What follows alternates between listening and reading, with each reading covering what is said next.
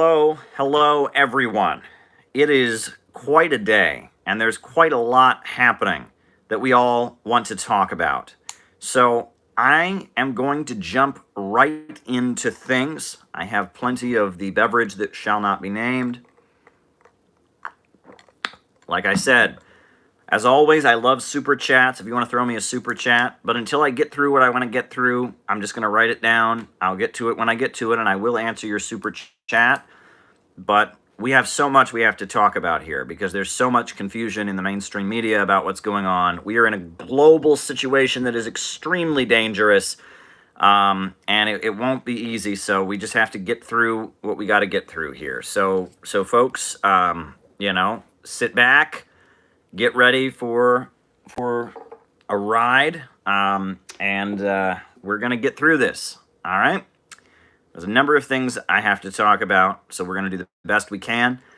But the world situation is very, very dangerous right now. So, again, I will do the roll call, and you can all call out your names and locations, and we'll do all of that later. You can send me a super chat. I'll write it down, and I'll get to it. But we're just going to jump right in.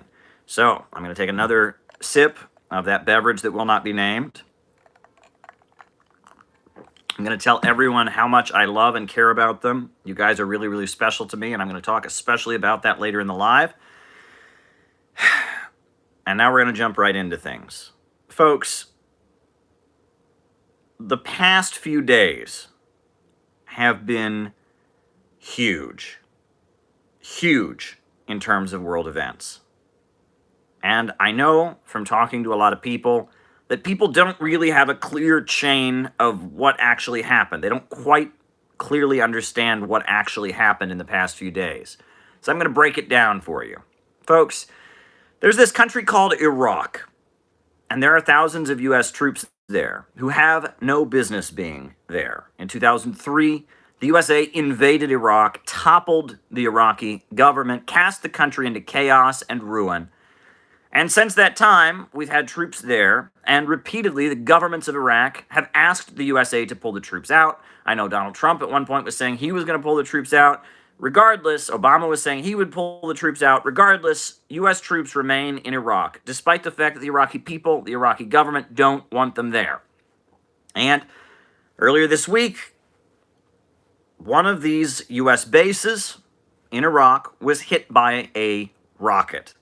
There was a rocket attack on a U.S. base, and not a U.S. soldier, but a U.S. military contractor was killed in that rocket attack. Now, our heart goes out to the family of that military contractor who was killed. It's a tragedy when someone loses their life. I don't know who it was. Did he have a wife and kids?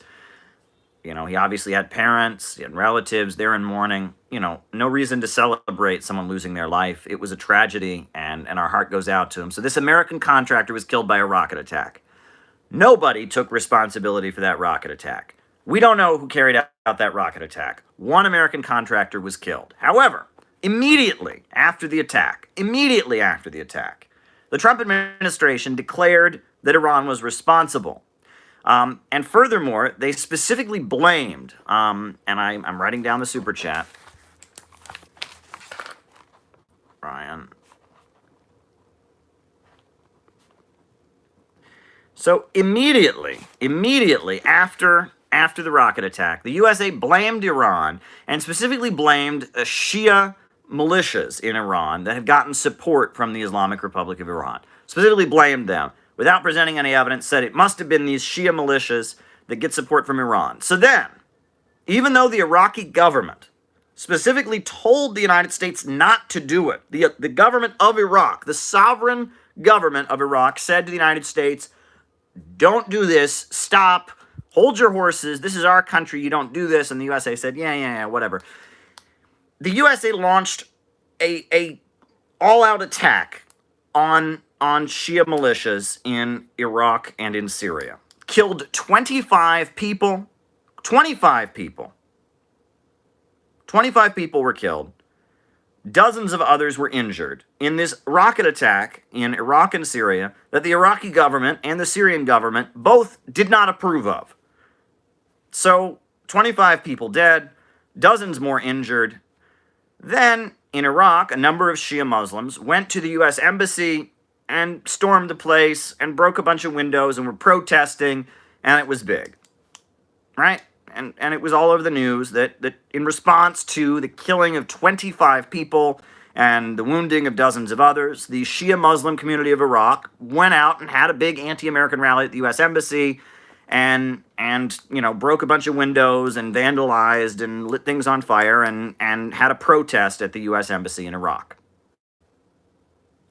So then, in response to that, the U.S. government conducted an airstrike near the Iraqi airport and killed one of the most famous and well-loved people in the Islamic Republic of Iran, Qasem Soleimani.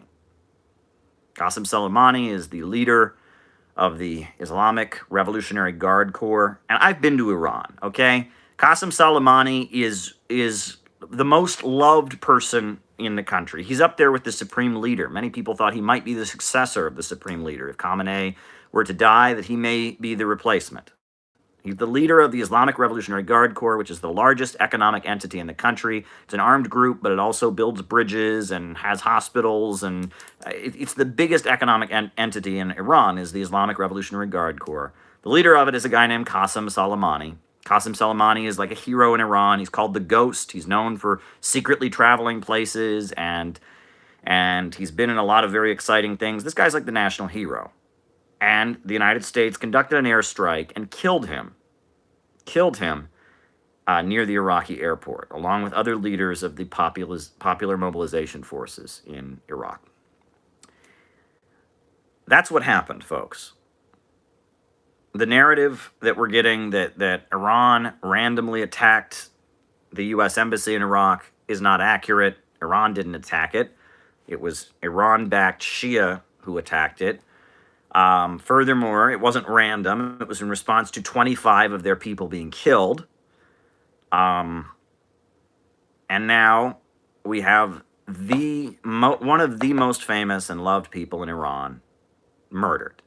And some people have said, well, this is kind of like if someone were to kill Mattis, a famous general in the United States. No. I mean, this guy, you just don't understand. I've been to Iran, and I've seen the level of admiration this guy has as the hero of the Islamic Revolution, this guy, you don't even understand, okay? This is a very, very, very, very, very, very prominent person in Iran. To say this is a national hero is an understatement. Like, this guy is sacred. This guy is on the level of, this is like killing George Washington. It's like killing Che Guevara in Cuba, okay? So, Iran has promised they're going to take revenge. They're going to respond. They have to respond to maintain any credibility as a state. I mean, I'm not endorsing their response, but I'm telling you that they're going to respond, right? When you kill someone on that level, right? There's no way that anyone can expect the Islamic Republic not to respond.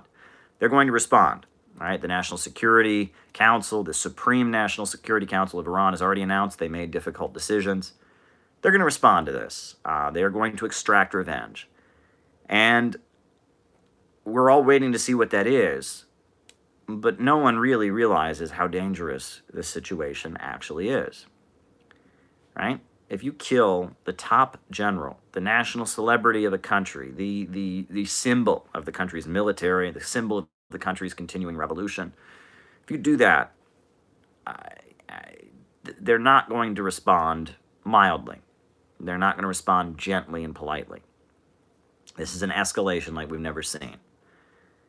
And I don't know what Iran's response will be, but I fear deeply that Iran's response will probably involve the death of a lot of Americans. I don't know where, I don't know when, but it's very, very scary. We don't want Americans to die. We don't want Iranians to die. We don't want anyone to die. This is a huge, huge escalation.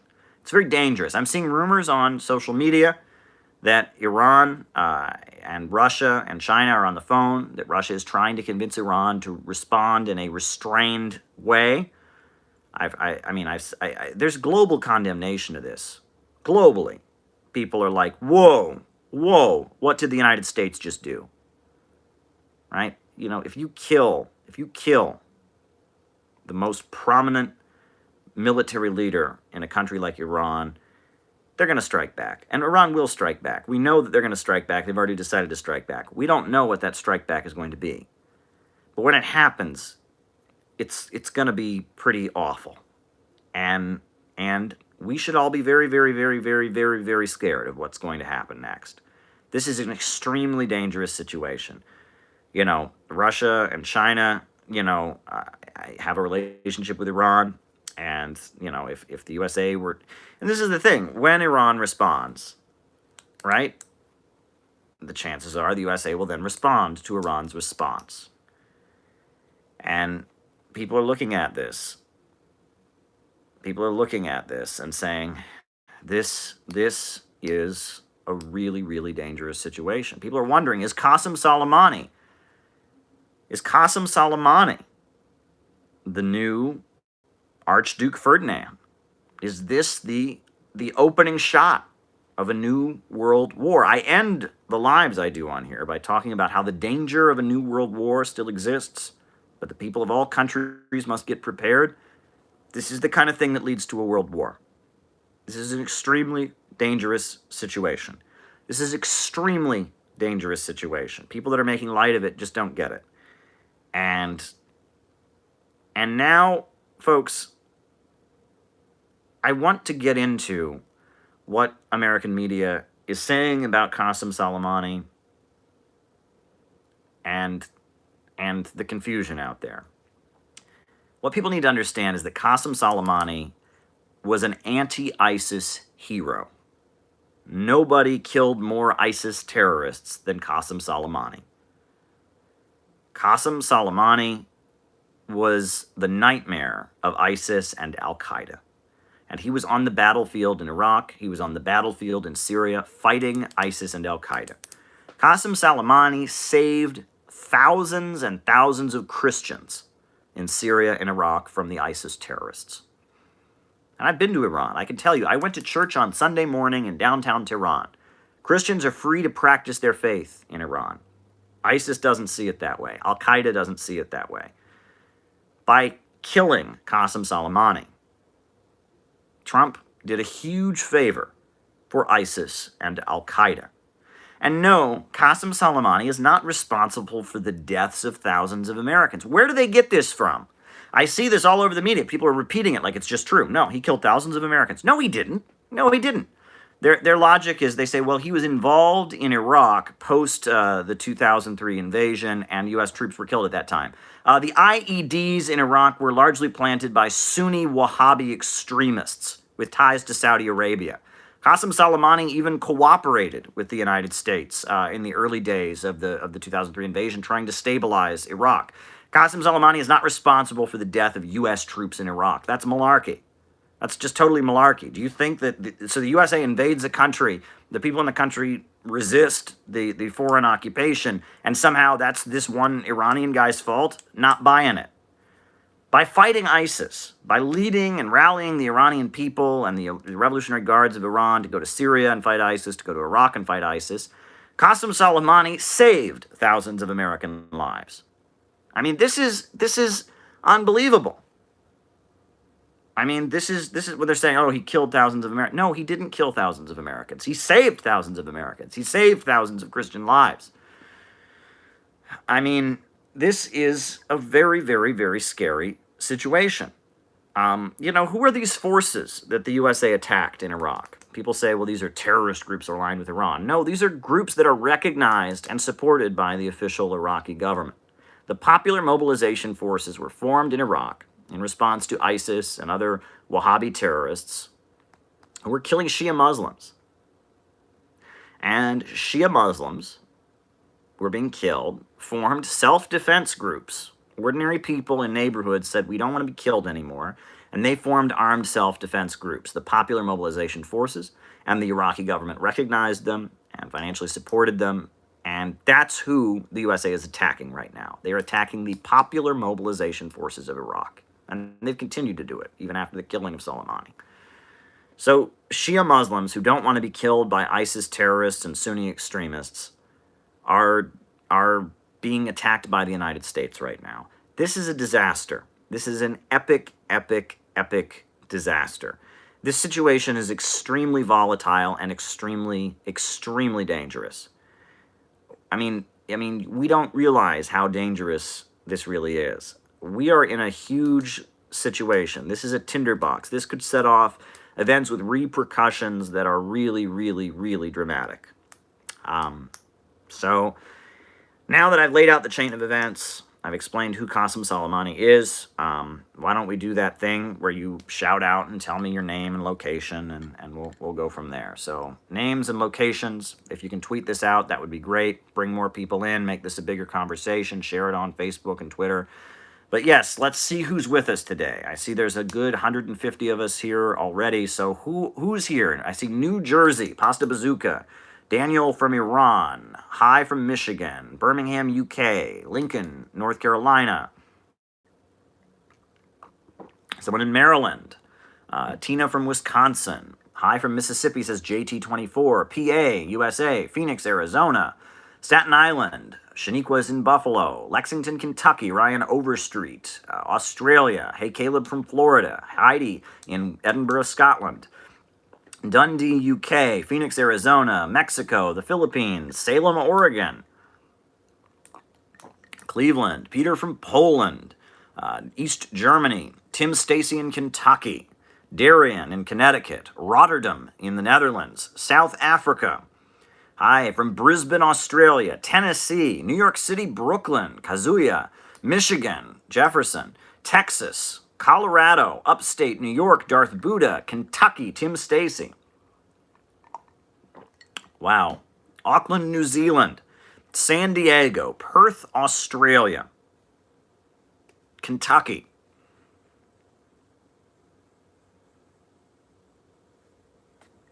Ireland, Romania, Denmark. Wow.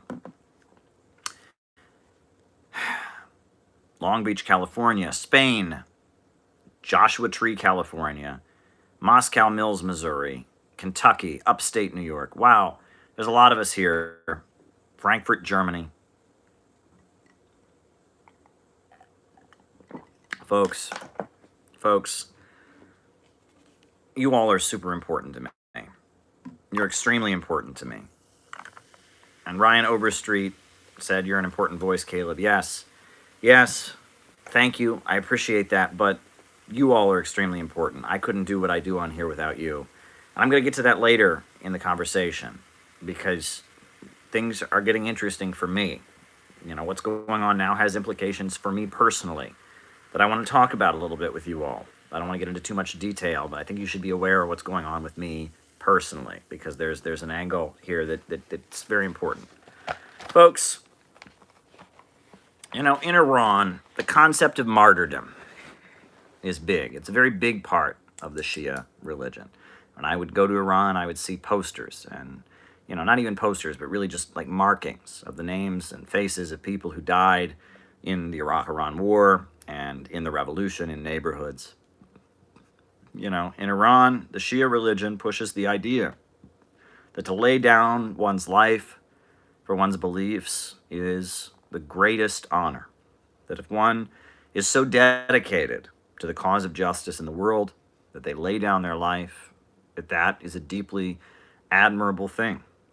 And the willingness of ordinary Iranians to give their life has been the strength of the Islamic Republic of Iran and of the Islamic Revolution of Iran for so long. It has been. Folks, when I was in Iran, I went to a shrine in Iran, in the capital city of Tehran, where buried are 5 nuclear scientists. There were 5 scientists who were involved in running Iran's peaceful nuclear energy program. One of them was a physics professor. All 5 of them had been assassinated by the Israeli Mossad and by the Mujahideen Khalq. It was a joint operation. And this one particular physics professor, they took me to the site where it was. He was walking to class. He was a professor walking to teach physics class. And the Mossad, Mujahideen-e-Khalq terrorists shot him on the way to class. And folks, you know, martyrdom is a big thing in the Shia faith. And really, you know, there's all this stuff written about Shia, you know, anti-Shia and anti-Muslim people talk about the quote-unquote Shia cult of martyrdom. But when it gets down to it, martyrdom and the idea of sacrificing one's life for a cause is actually a big part of all human civilizations, right? You know, every civilization, every society is held up by people who believe in ideas and causes and ideologies and religions and believe in them so strongly that they would risk their life to hold them up, right? I mean, that's, you know, you talk about communism, you talk about Christianity, you talk about any functional society is centered around ideas and beliefs and has people who are willing to put their life on the line to hold it up. And that's the great weakness of our Western liberalism now. This belief that there is no truth, that there is no right and wrong, everything's a matter of opinion. It results in creating a society that is highly unstable, where people simply don't believe there's anything worth dying for. It's very, very scary, folks. You know, I mean, Western civilization was largely built on Christianity, the religion that assumed power as the Roman Empire was falling and became the religion of Europe, right? What's the symbol of religion, of the Christian religion that built Western civilization? It's Jesus Christ dying on a cross, right? There's one particular line from the story of Jesus' crucifixion. You know, the story is, according to the Gospels, that when Christ was nailed to the cross, he said, "Lord, forgive them, for they know not what they do." He was referring to those who were crucifying him. And according to the Gospels, he said, "Lord, forgive them, for they know not what they do." And the general way that that's interpreted by Christian theologians is that Christ was so moral that despite the fact he was being horrendously tortured and killed by these Roman soldiers, that he didn't have hatred in his heart, that he was so clear-headed, even in that moment of being tortured, that he didn't have resentment and rage toward those who were doing it. He said, "Forgive them, Lord, for they know not what they do." But I think there's another message implied in that as well. There's a second message implied in that quote from the Bible. Because these people who are crucifying Christ know not what they do. And that is an undesirable state of being. To be one who knows not what they do. To be one who just follows orders. We were just following orders. We know not what we do. Is to be one of the lowest and most vile kind of people. To be someone who is not even in touch with their own desires and motivations. Who can't even tell you why they're doing things. I don't know. I know not what I do. I don't know what I'm doing. Right? How many people do you know in your life who know not what they do? Think about it. How many people do you know on Twitter, for example, who are celebrating the death of Soleimani? Yeah, Trump got him! Who'd never heard of Soleimani the day beforehand. Trump killed a terrorist, yeah! Do they know who Soleimani is? No. Do they know what they do? No. They're just programmed. They just on autopilot. Oh, the TV told me I should be happy. Trump killed somebody. You know, they know not what they do. That is the most vile kind of person. That is the lowest form of human existence. To know not what one does. To know not what one does is the most vile form of existence. Right? You know, it's a tragedy. I mentioned on a previous live that one of the main reasons people stop being drug addicts is they can't give a reason. They just stopped. Why? They don't know why they were using the drugs to begin with. And they don't know why they stopped. They know not what they do. Right? People are not conscious of what motivates them to take action. People don't know their own behaviors. People don't know why they're doing things. They're just doing it. They're out of touch with their own minds. They don't know themselves, right? The temple at Delphi says, know yourself, and you shall know the universe and the gods. But when one is in a position where they know not what they do, they don't know themselves, and therefore they don't know the universe, they don't know the gods, they're out of touch with reality. You have to know yourself. You have to know why you're doing what you're doing. You have to take conscious control over your actions. This is what separates human beings from animals.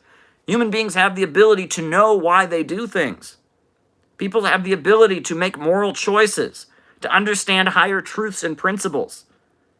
That's what separates a human being from a dog.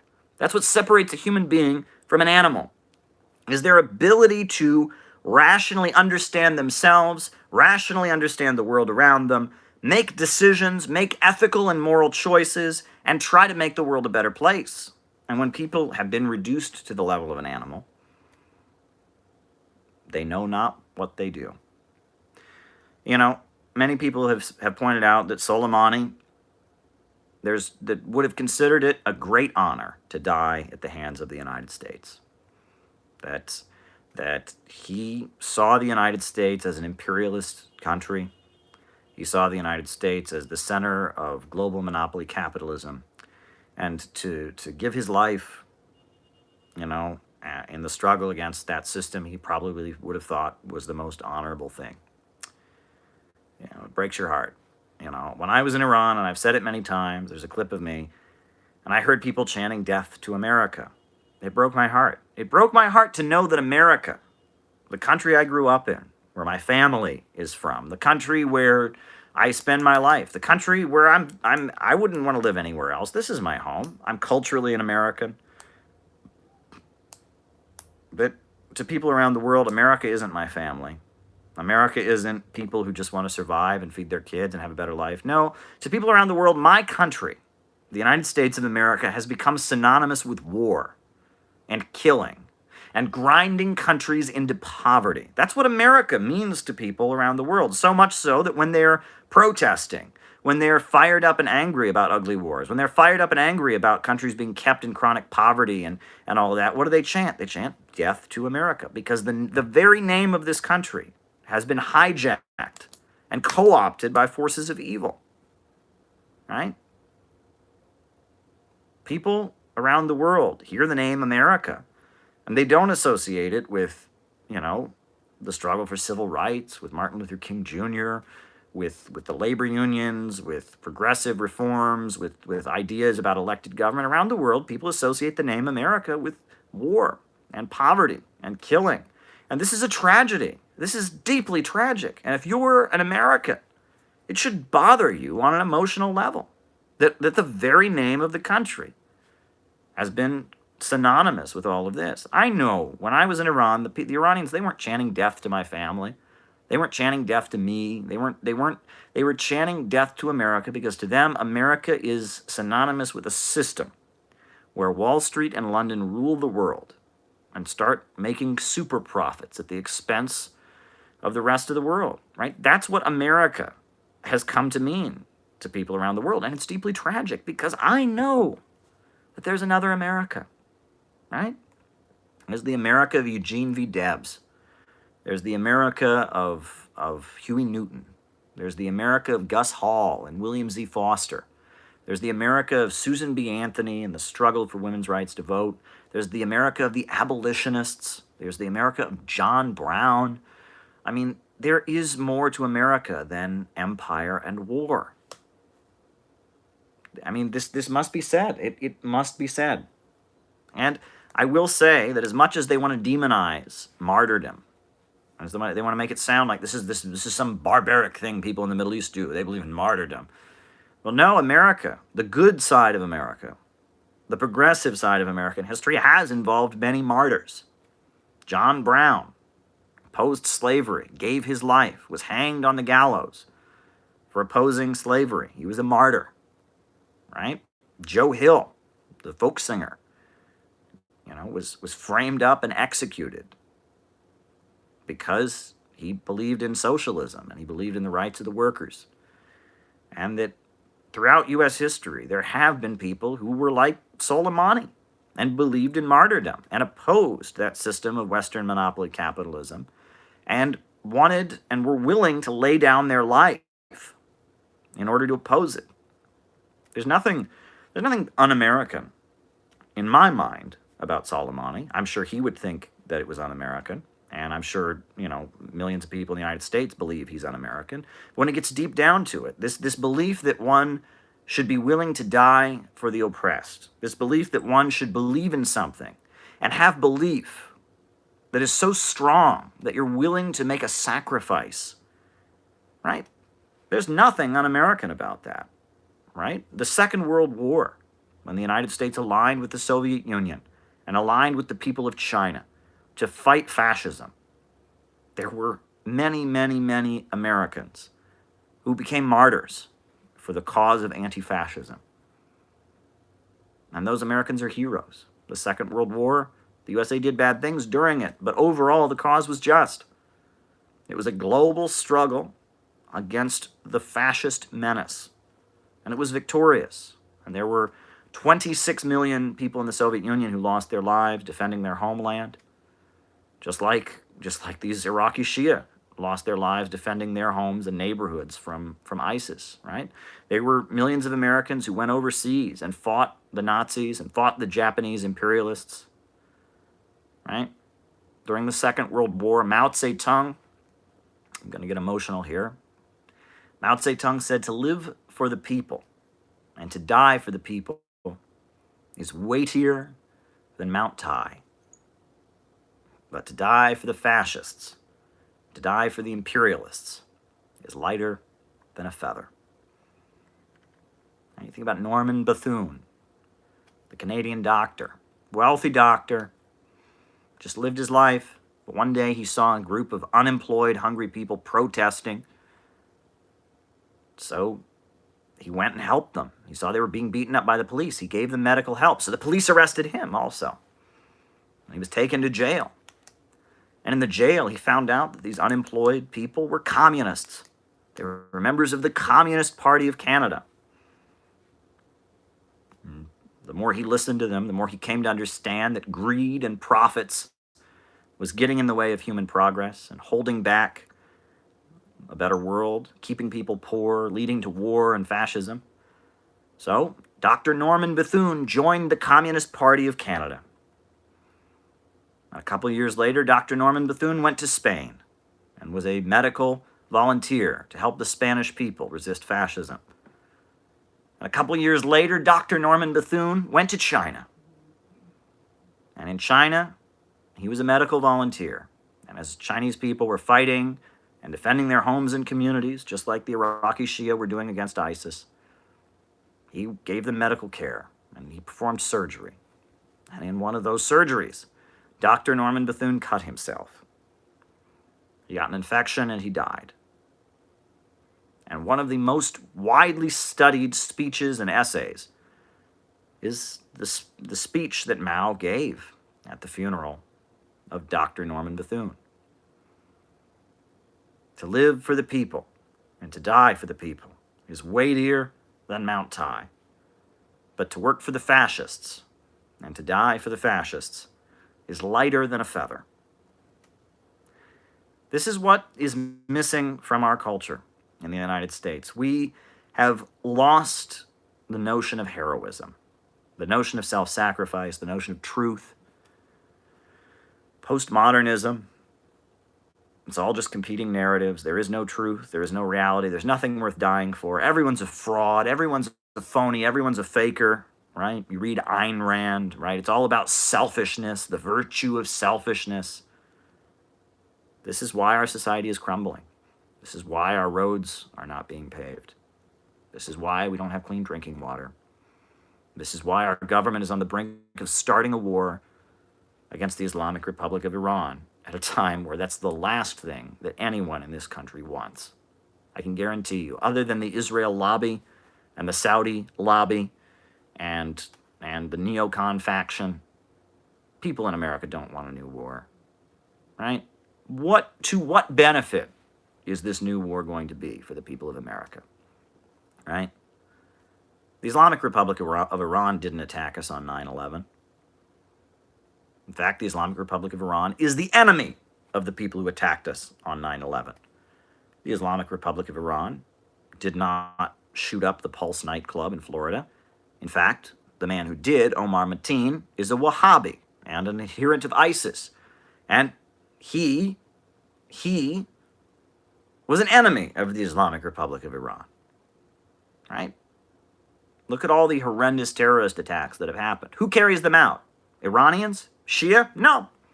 No. Show me one terrorist attack against the United States, against U.S. people, against U.S. society that was carried out by an Iranian or a Shia Muslim. Wahhabi terrorists want to kill us. ISIS wants to kill us. Al-Qaeda wants to kill us. And where does all of that come from? Where does all of that ideology that leads to dead Americans, where does it come from? Saudi Arabia.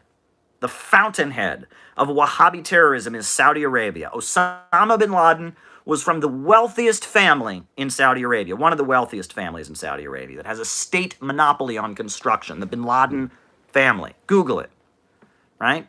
ISIS, a Wahhabi organization formed among Saudi and U.S.-backed forces in Syria that were fighting against the Syrian government.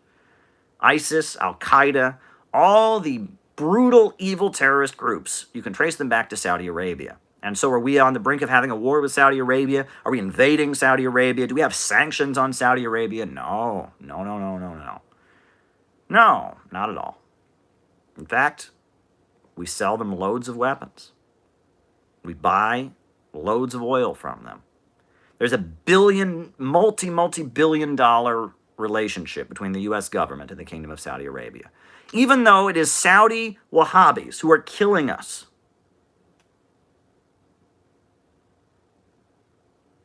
This is the reality. Our government doesn't want to keep us safe. If our government wanted to keep us safe, we'd be getting along with Iran and we'd be at war with Saudi Arabia. But instead it's flipped because our government just wants to make money.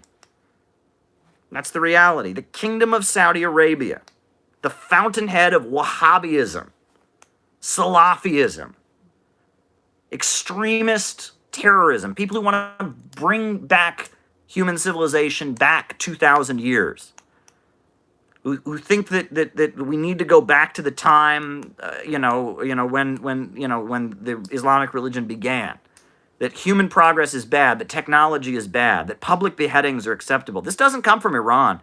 They don't behead people in Iran. They have the death penalty, but they don't cut people's heads off. Right? People who think that women shouldn't be able to drive cars. In Iran, women drive cars. I've seen it myself. In Iran, women vote. In Iran, women are in the parliament. In Iran, women are even generals in the army. Iran has elections. Saudi Arabia is an autocratic monarchy that beheads people in public, in which people have no human rights, in which you can get the death penalty for sorcery or for disrespecting the king. That's our ally. And now we're on the brink of starting a war. Not against them, but against their enemy.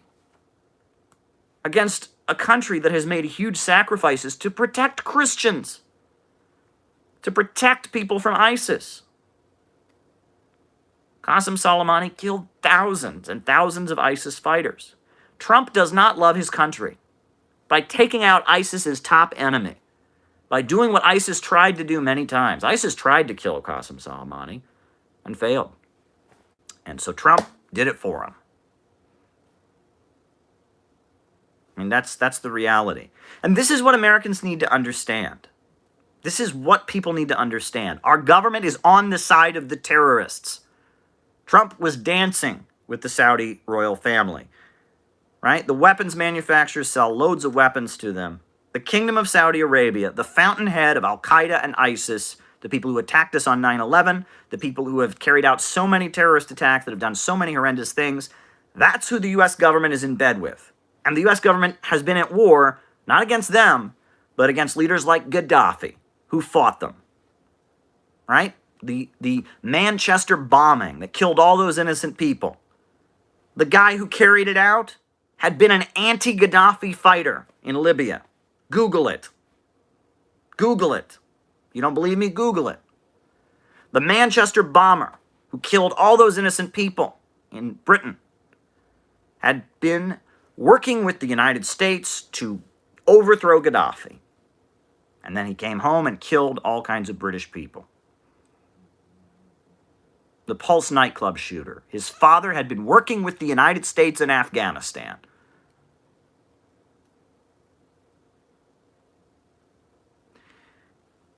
Right now, here in New York City, Bill de Blasio is getting us all scared. Iran is going to come get us. I don't know what's going to happen next, folks, but the U.S. government is in bed with the people who have been out to get us. I mean, this is the situation that we are in. This is a scary, scary, scary time. This is a really, really scary time. We're on the brink. I fear this could escalate into a new world war. I really do. It's very, very, very scary. And the problem isn't, I must say, the problem is not simply that war is bad. It is. The problem isn't simply the military-industrial complex. That's obviously a huge problem, that big corporations make profits from war. But overall, the problem is that the USA goes around the world trying to destabilize and overthrow governments that are trying to raise their people out of poverty and modernize, and does it by aligning with the most reactionary, primitive, and barbaric forces. The Tsarnaev brothers, who were they? Who were the Tsarnaev brothers who blew up the Boston Marathon? Wahhabis. They were Chechen separatists. Their parents had fought against the Soviet Union. Zbigniew Brzezinski and the U.S. government armed Wahhabi extremists with ties to Saudi Arabia to fight Russia, and they came around and they bombed the Boston Marathon. That's the situation we're in. Look at all these terrorist attacks. We're not being attacked by Iranians. We're not being attacked by Venezuelan Marxists. We're not being attacked by Chinese communists. We're not being attacked by Iranian Shia. We're being attacked by Wahhabis. We're being attacked by the people that Iran fights. The people that Iran has been fighting on the battlefield heroically are the ones who are attacking us. And yet, we're on the brink of going to war with Iran. This is infuriating. Infuriating. You should be angry. Our government here in the United States is on the side of the terrorists, and we are about to go to war with the enemy of the terrorists. You need to tell this to everyone in your neighborhood. You need to tell this to everyone in your workplace. You need to tell this to everyone at your school. They shouldn't be able to get away with this. They're trying to make it sound like Soleimani was an Osama bin Laden. No, he was one of the people fighting Osama bin Laden. Osama bin Laden was from Saudi Arabia. They shouldn't be able to get away with this. You can't let them get away with this. You have a responsibility. I'm talking to you who's watching this. You have a responsibility to make sure that people know what's going on, that our government is actively supporting the terrorists and is on the brink of having a war with the terrorists' greatest enemy.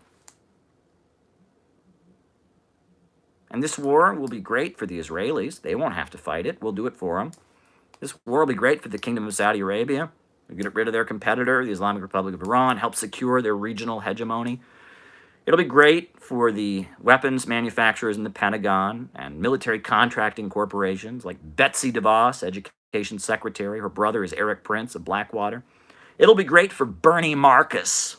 Bernie Marcus. Do you know that name? The owner of Home Depot, huge contributor to Turning Points USA. And it's great for the Koch brothers.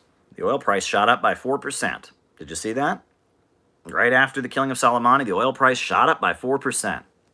And those fracking companies that are on the verge of collapsing, that are funding PragerU and Turning Points USA, it'll be great for them. But it's not going to be great for people in the United States who are seeing their country fall apart and could really use some high-speed railway and some new computer systems and a better education system. It's not going to be great for people who have relatives in the military. It's not going to be great for anyone in the United States. We're not going to really benefit from this. The billionaires and bankers will benefit from it. The Israelis will benefit from it. The Saudis will benefit from it. But we Americans won't benefit from it. This isn't good for us. This is a war that is not going to benefit us in any way. If this war was for our benefit, if it was about keeping us safe from terrorists, we would be at war with Saudi Arabia right now. In fact, if there was a real war on terror going on, all kinds of CIA people would be on trial right now for working with and arming Wahhabis and extremists. Right? Zbigniew Brzezinski bragged about working with Osama bin Laden. He talked about the Afghan trap and how he had lured the Soviet Union.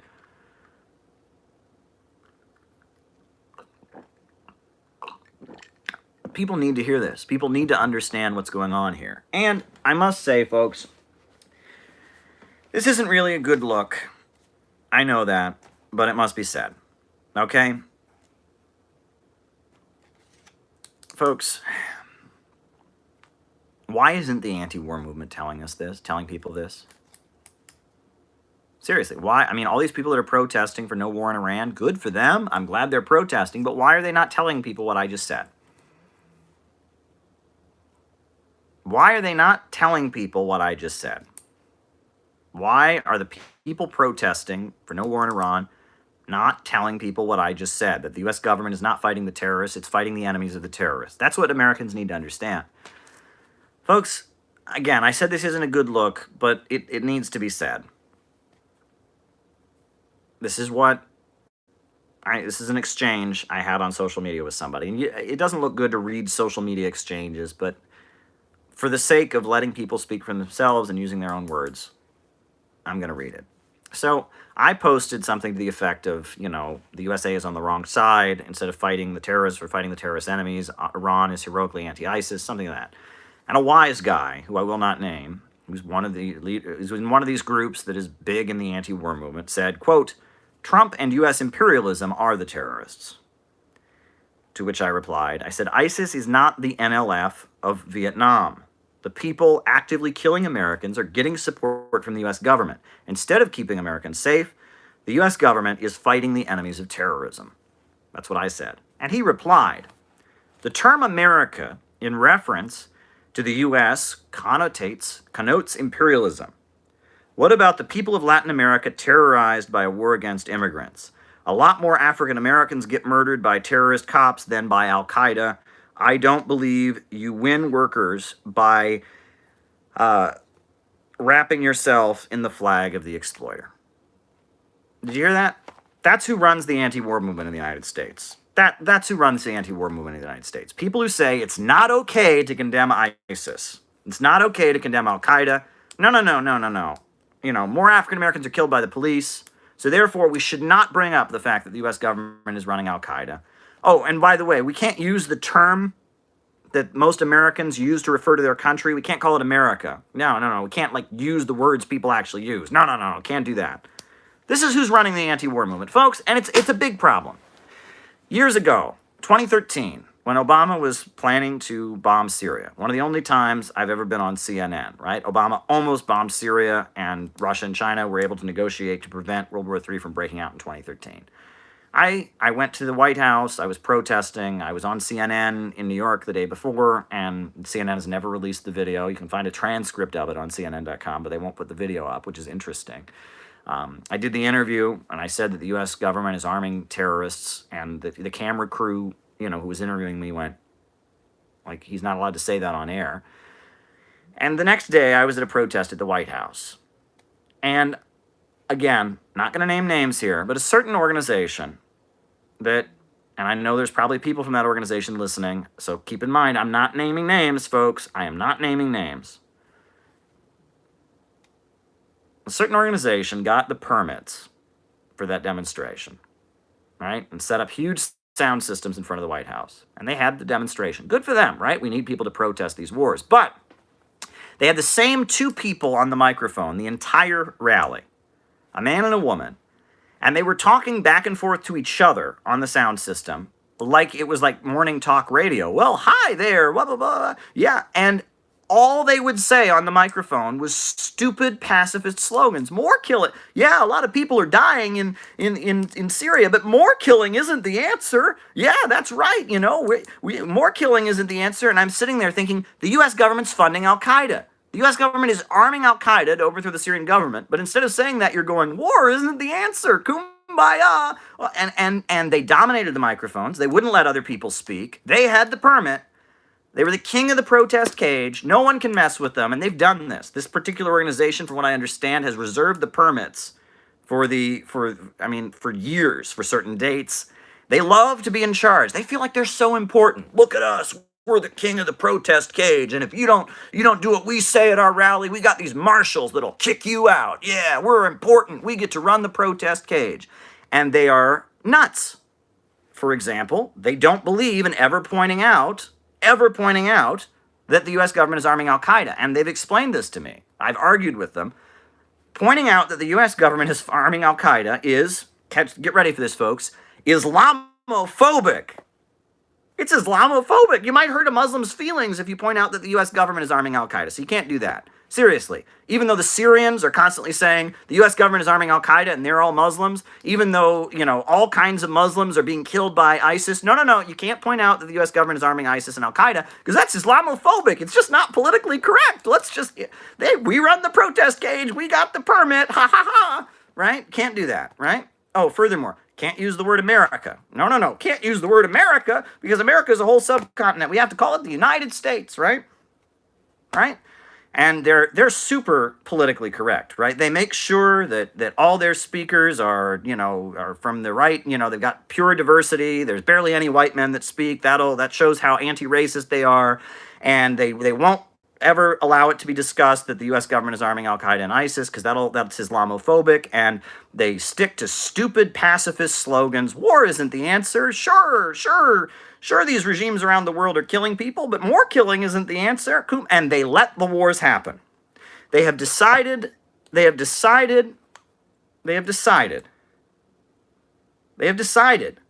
that any real opposition to the war is a waste of time. They don't really want to recruit people. They don't really want to convince the American people. They just want to build their little isolated cult that can be king of the protest cage. That's all they want. They don't care about reaching average Americans. They don't care about that. Average Americans are all racist and in the Klan and Trump supporters, and they all deserve to die, and America's the enemy. But if you can prove that you're the most woke and you're the coolest leftist, and we don't say America in our group, we don't say ISIS and Al-Qaeda in our group, if you can prove you're the most politically correct and revolutionary, that's what they're about. They want to be king of the protest cage. And it's a joke. Right now, the U.S. government is on the Americans hate Al-Qaeda, right? After 9/11, everyone was saying death to Al-Qaeda, And now the U.S. government is arming Al-Qaeda, is killing Al-Qaeda's enemies. We're on the brink of going to war with one of Al-Qaeda's biggest enemies, the Islamic Republic of Iran. And certain people have weaseled their way into control of the left and the anti-war movement and have made sure that no American ever hears that, so they can be in charge. These people are criminal. They're criminal. They have run the anti-war movement into the ground. They have run American Marxism and socialism into the ground. They are new leftovers. They need to retire and sit on the beach and let real socialists and revolutionaries who actually believe in revolution and socialism and actually want to make the United States a better place take over. These people need to retire. They need to retire, seriously, right? They're all 60s veterans. They're all veterans of the 1960s. And in the 1960s, the USA had a booming economy. It had a booming economy in the 1960s, right? It did. In the 1960s, the U.S. economy was booming. And at that point, it's true. The opposition to American wars, the opposition to the U.S. government and all of that came from the black community, number one, because they're suffering racism. And number two, it came from students, kind of bohemian, middle-class students who knew a lot, but average Americans weren't into it, right? Overall, the overwhelming majority of the U.S. public just wasn't into it. And these people their minds froze in 1968. They froze, right? The idea that we can ever recruit millions of Americans, no, waste of your time. And so the only people we can recruit are hippies. The only people we can recruit are the black community, who doesn't want to be led by white communists, folks. I mean, they've said that over and over again. Black people, go to huge numbers of rallies for Minister Farrakhan and all of that. White people are not interested in lining up behind some white communist organization. They just aren't, okay? That's just a historical fact, right?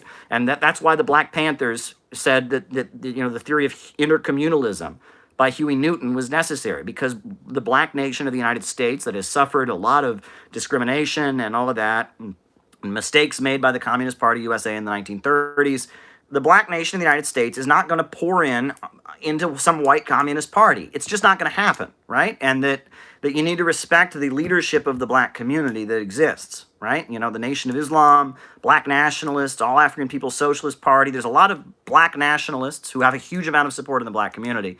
But the notion that the black community is all going to pour into some communist party led by white people is an illusion. And white people who think that have a big problem. They have a white savior complex, right? Black Agenda Report, excellent, very anti-imperialist. And when white communists go around under the illusion that they are going to become the savior of black people, that is unhealthy, right? Black people will fight for their own rights. They don't need white saviors, okay? That is condescending and insulting. But these groups have given up. No. All these people that are voting for Trump, we're not going to try to recruit them. We're not going to try to win them over and get them to drop Trump's ideology. No. If you try to recruit Trump supporters, if you try to win them away from racism, you're pandering to racism. You need to be shut up. That's what these people think. No, I mean, if you have a debate with a white nationalist, which I did, and I refuted his arguments, I destroyed him, and I revealed him in front of a whole audience of people, in front of thousands of people. Julian Assange tweeted it out. Thousands of people have watched it. I destroyed a white nationalist. And did these people go, wow, Caleb just destroyed the arguments of a white nationalist? No. Caleb gave a platform to a fascist, so therefore he's a fascist collaborator. That's how these people think. They are out of touch with reality. And they run the anti-war movement, and it's not an accident. It is not an accident at all. I get fired up, folks. The synthetic left is a big problem. These people are astroturf, fake, and they have run the anti-war movement into the ground. They have isolated socialist and communist groups from the broad masses of American people. They've made sure that the arguments of fascists and white supremacists never get answered. They have worked very, very hard to keep the anti-war movement in this stupid, pacifist, hippy-dippy phase. I mean, they are really, really problematic. And I'm sorry, I know this doesn't look good for me, but it needs to be said. And it infuriates me that people that work overtime to undermine me, right? And have run a smear campaign against me that's really nasty, and said all kinds of untrue, nasty things about me, and just coordinated a campaign against me because they know I'm a good speaker and a good writer, and that I don't play by their stupid rules that keep them ineffective. I'm sorry, it gets me fired up. Anyway, folks,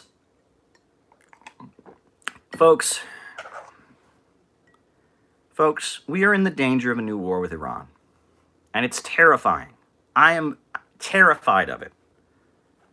A new war with Iran is something that would be bad for the entire world. And it could escalate to a new world war. And we should be very, very, very afraid of it. And, folks, we need to spread the truth in a world of lies. I mean, this is really, really scary stuff. Now, folks,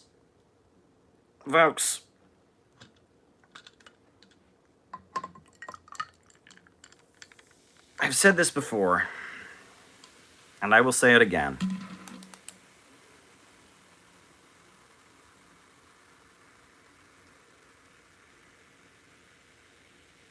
One of the greatest dangers facing our generation is over-socialization.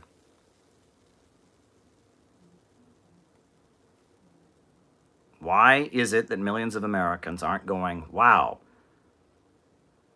why are we on the wrong side of this war? Why are we about to have a war with Iran, and instead we're, not, instead of fighting Saudi Arabia, who's attacked us? Why is this happening?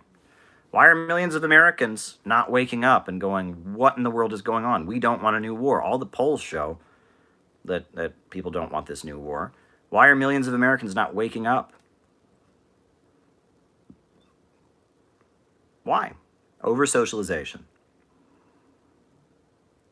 Over-socialization. Folks, socialization is just part of human life, right?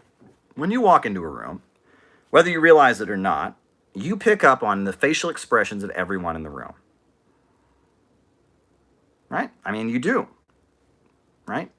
human beings, we are collective creatures. We want the approval of others. We walk into a room.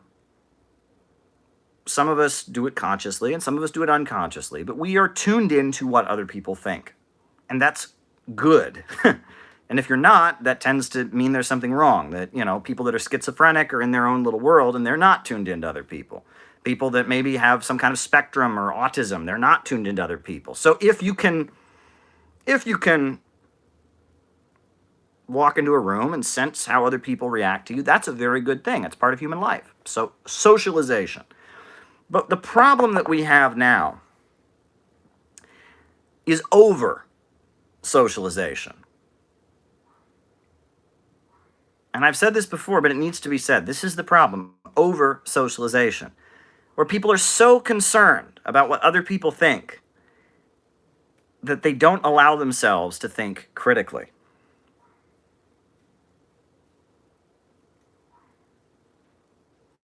It's an extremely big problem. People are so concerned about what other people think. And folks, it's not because when they walk into the room, they see the looks on the faces of the other people. It has a lot to do with social media. And I'm saying this on social media, so I probably sound like a hypocrite. And I'm sorry.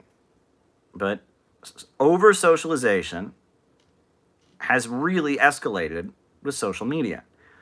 We are all constantly looking for that reward. Right? We look at our phones constantly. Who's retweeting me now? Who liked me? I just posted a picture of the meal that I'm eating at a restaurant at Olive Garden. Only 2 people liked it. Why do only 2 people like it? I mean, it's really a big problem. We want the approval of other people, but we want it way, way more than we used to. Look at all the great heroes of history. They're people who didn't give in to what other people think. There's a very famous photo of an African-American woman in Little Rock, Arkansas, walking into her school. And there's a crowd of racists all around her screaming. And she just bravely walks into the school, right? That's not over-socialization.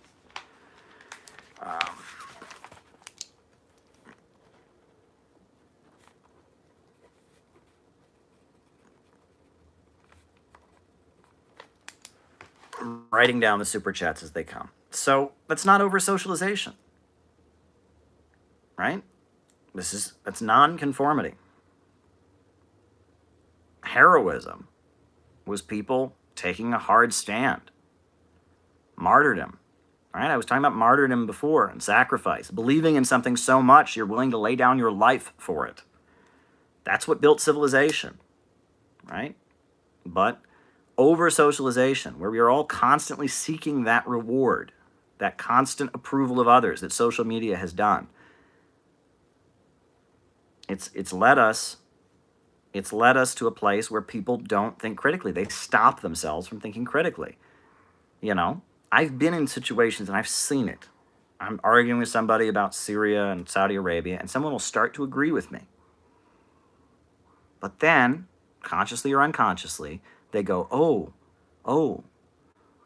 I might not be popular if I say that. And so I have to disagree with you. And you've dealt with this before. I'm sure you've argued with people before about socialism or whatever. And they just get into this mode where they have no argument in response to what you're saying. I have to disagree with you. I have to disagree with you. I have to disagree with you. Why? Because they're afraid of the social consequences of disagreeing.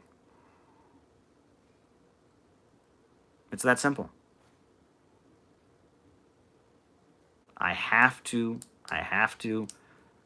disagree with you. I don't know why. I don't have any facts. You're making very convincing arguments, but I have to disagree with you.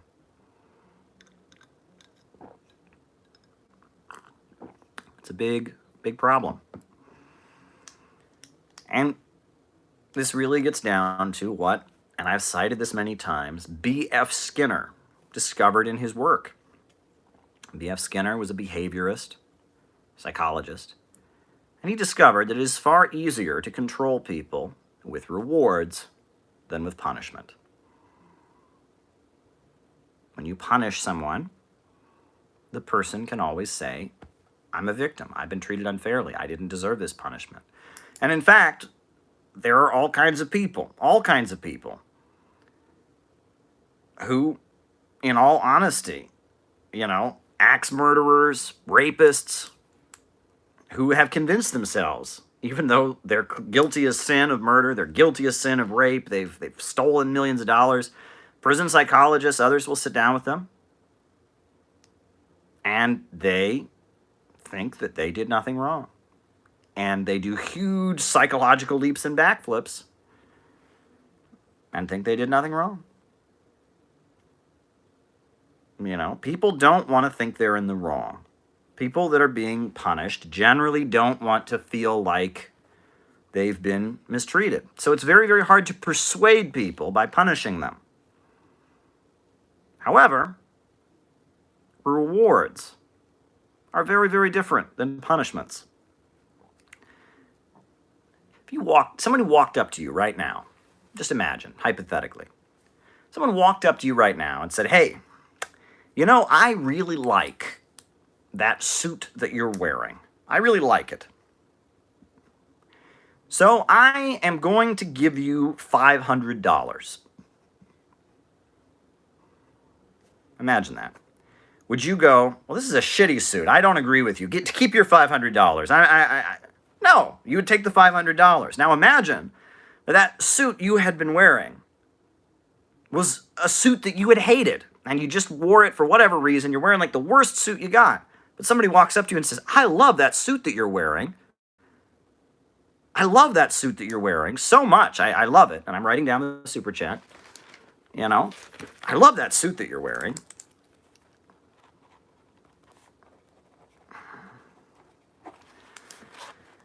I'm going to give you $500 for wearing that suit because you just made me so happy. Do you think your opinion of that suit might change?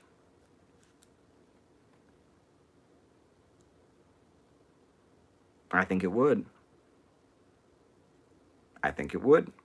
You just got rewarded for wearing that suit. Someone just gave you $500 for doing nothing but wearing this suit. You thought it was a shitty suit before, but now,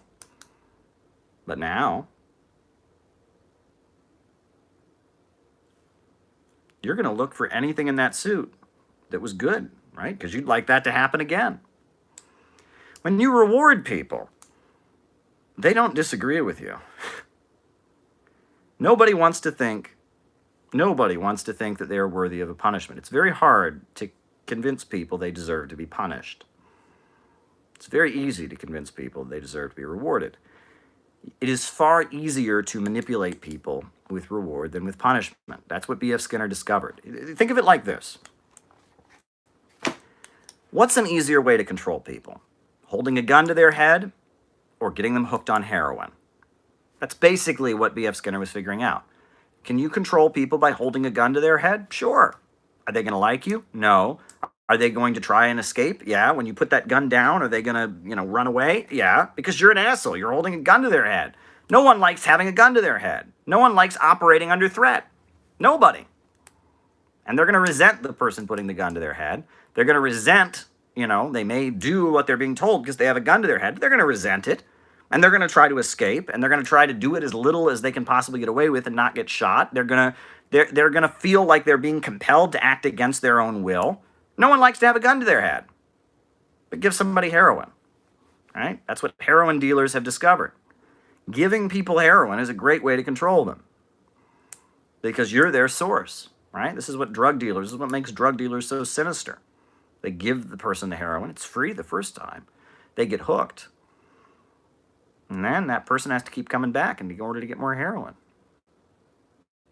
Well, we've basically developed a society where instead of heroin addicts, we're praise addicts. We're reward addicts. We want everyone else's social reward. We want a lot of likes on Facebook. We want a lot of shares on social media. We want a lot of Facebook friends and Twitter followers.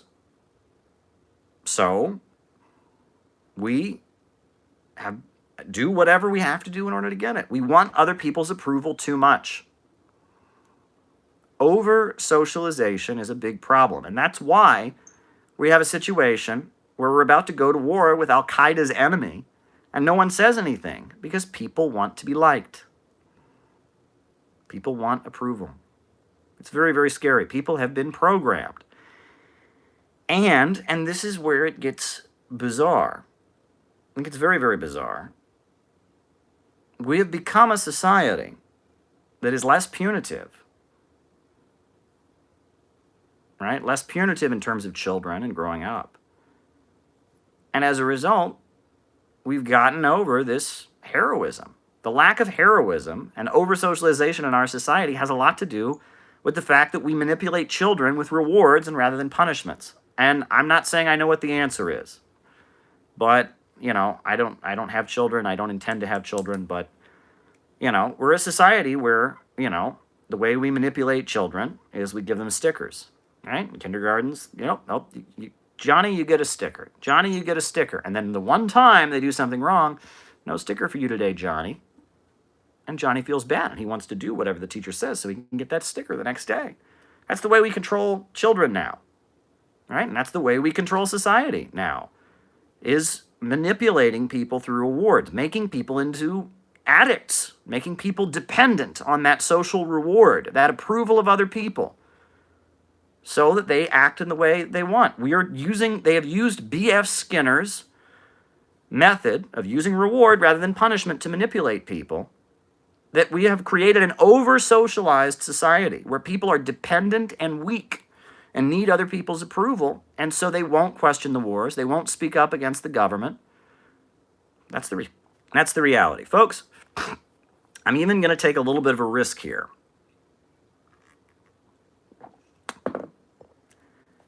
I don't like to get too personal on these lives, right? I don't like to talk about my personal life too much, but because I love you all so much, it's Saturday, we're on the brink of a war, it's a very scary time.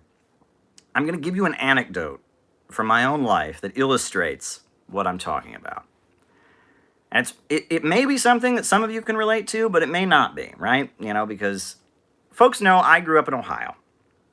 I spent the majority of my growing years in a small town, but up until 5th grade, I went to elementary school in an even smaller town than the town I went to.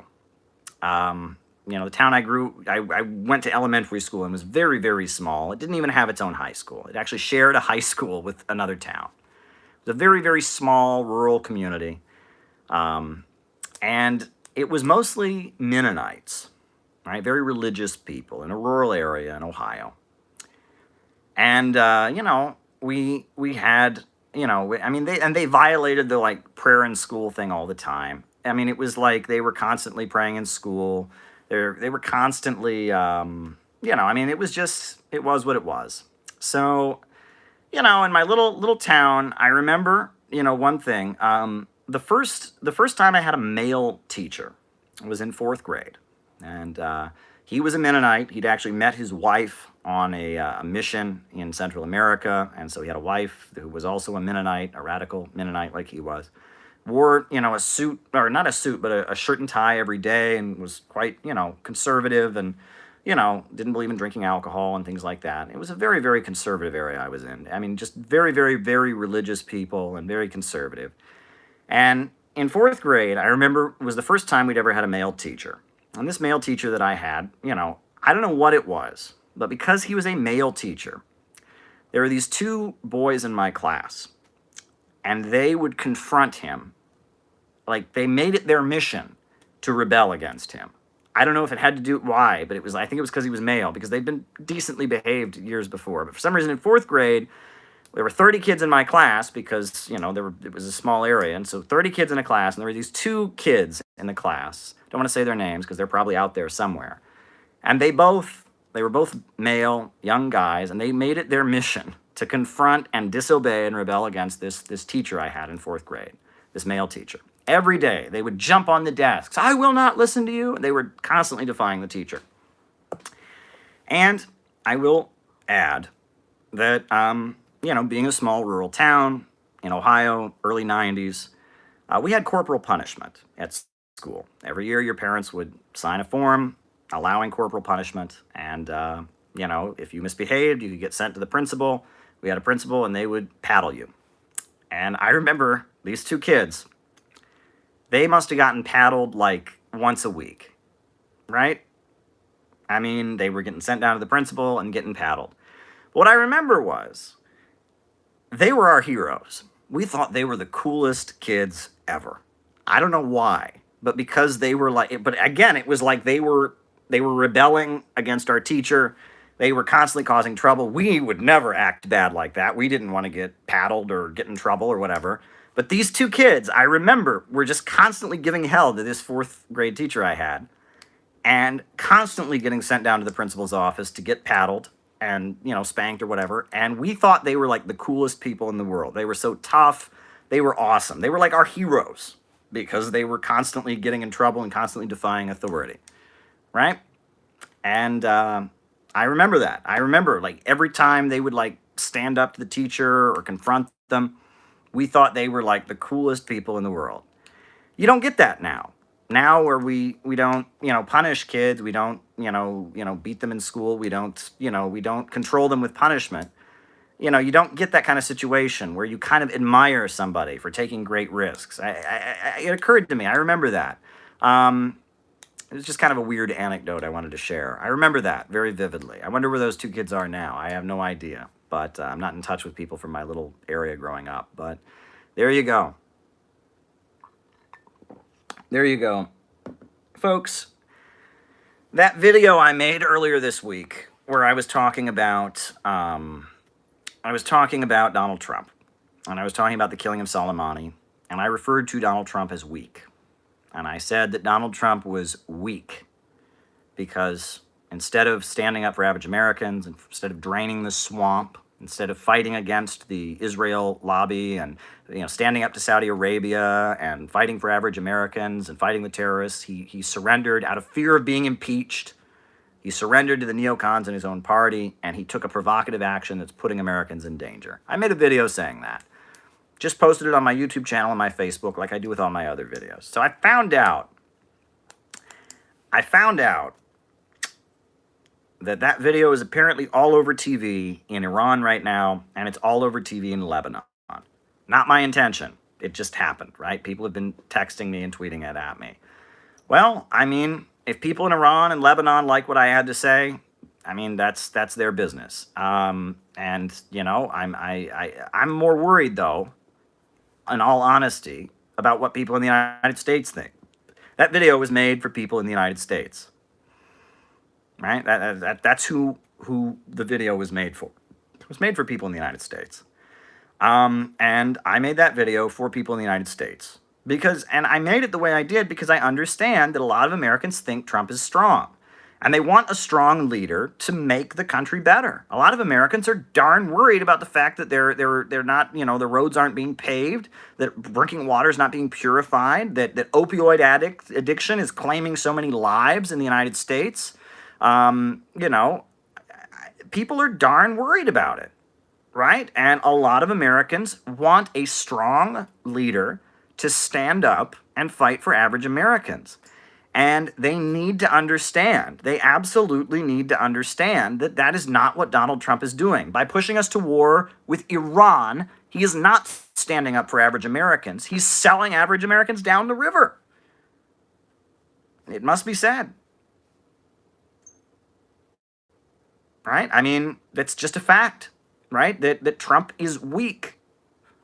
He's cowardly. Killing Qasem Soleimani was cowardly and weak. It was Trump surrendering.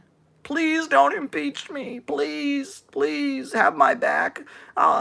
You know, and giving in to the Israel lobby, giving in to the Kingdom of Saudi Arabia, giving in to the neocons in his own party. I mean, this is John Bolton, right? Everyone was so happy when Trump fired John Bolton. John Bolton is jumping for joy right now. Absolutely. Jumping for joy. And, I mean, this is a mess. This is an absolute mess. And I made that video. And in that video, I said, if I were the president, and I talked about what I would do if I was the president. And I pointed out, like I always do whenever I go there, and I don't really go there very much, I pointed out that, you know, I don't have any political aspirations at this time. But I noticed that in all the comments, people were saying they would vote for me if I were running for office. All kinds of people were saying, if you would run for office, I would vote for you, Caleb. And, you know, And who knows? I mean, at this time, I have no political aspirations. Maybe that could change. I mean, maybe at some point I would participate in the political process, because that's a problem, right? One of the biggest problems I've seen in the socialist communist movement, if you ask a socialist or communist, what would you do if you're the president? And they give you this answer like, I don't want to be president. The USA is an evil country. It's imperialist. That's not an answer, right? You don't want to have a catastrophic view of revolution, right? The message of communists and socialists is that we want to make a better country. And the only way we can make the country better is with socialism. It's when the banks, factories, and industries are organized to serve public good and not profits, when imperialism is no longer the global economic system, when we have a relationship with countries around the world based on win-win cooperation, that's good for Americans, right? And that we want to transform the United States into a country with huge amounts of economic growth, huge amounts of prosperity, universal employment, universal health care, state central planning. We want to advance technology. We want to advance science. We want to get rid of prisons for profit. We want to get rid of war for profit. We want to have an economy where public good comes first and the economy is organized to serve the people. Right? That's the slogan of the Chinese Communist Party, serve the people. Right? And that we would want to reorganize the U.S. economy with the state in control, not with profits in control. Not a state that just works for profiteers in control, but the state controlling the profiteers, organizing the economy to serve the people and not the greed of Wall Street and London. Break the USA out of the global imperialist system, build a society where the people come first. That's the message of socialism. I've often said that the slogan for communicating to people in the United States, the road to socialism, is, quote, we need a government of action to fight for working families. We need a government of action to fight for working families. A government that is in control of the economy, that controls the bank, controls the factories, controls the industries, controls the natural resources to fight for the people. And I've often laid out what 4 steps would lead the United States towards socialism. Step number 1, public control of natural resources.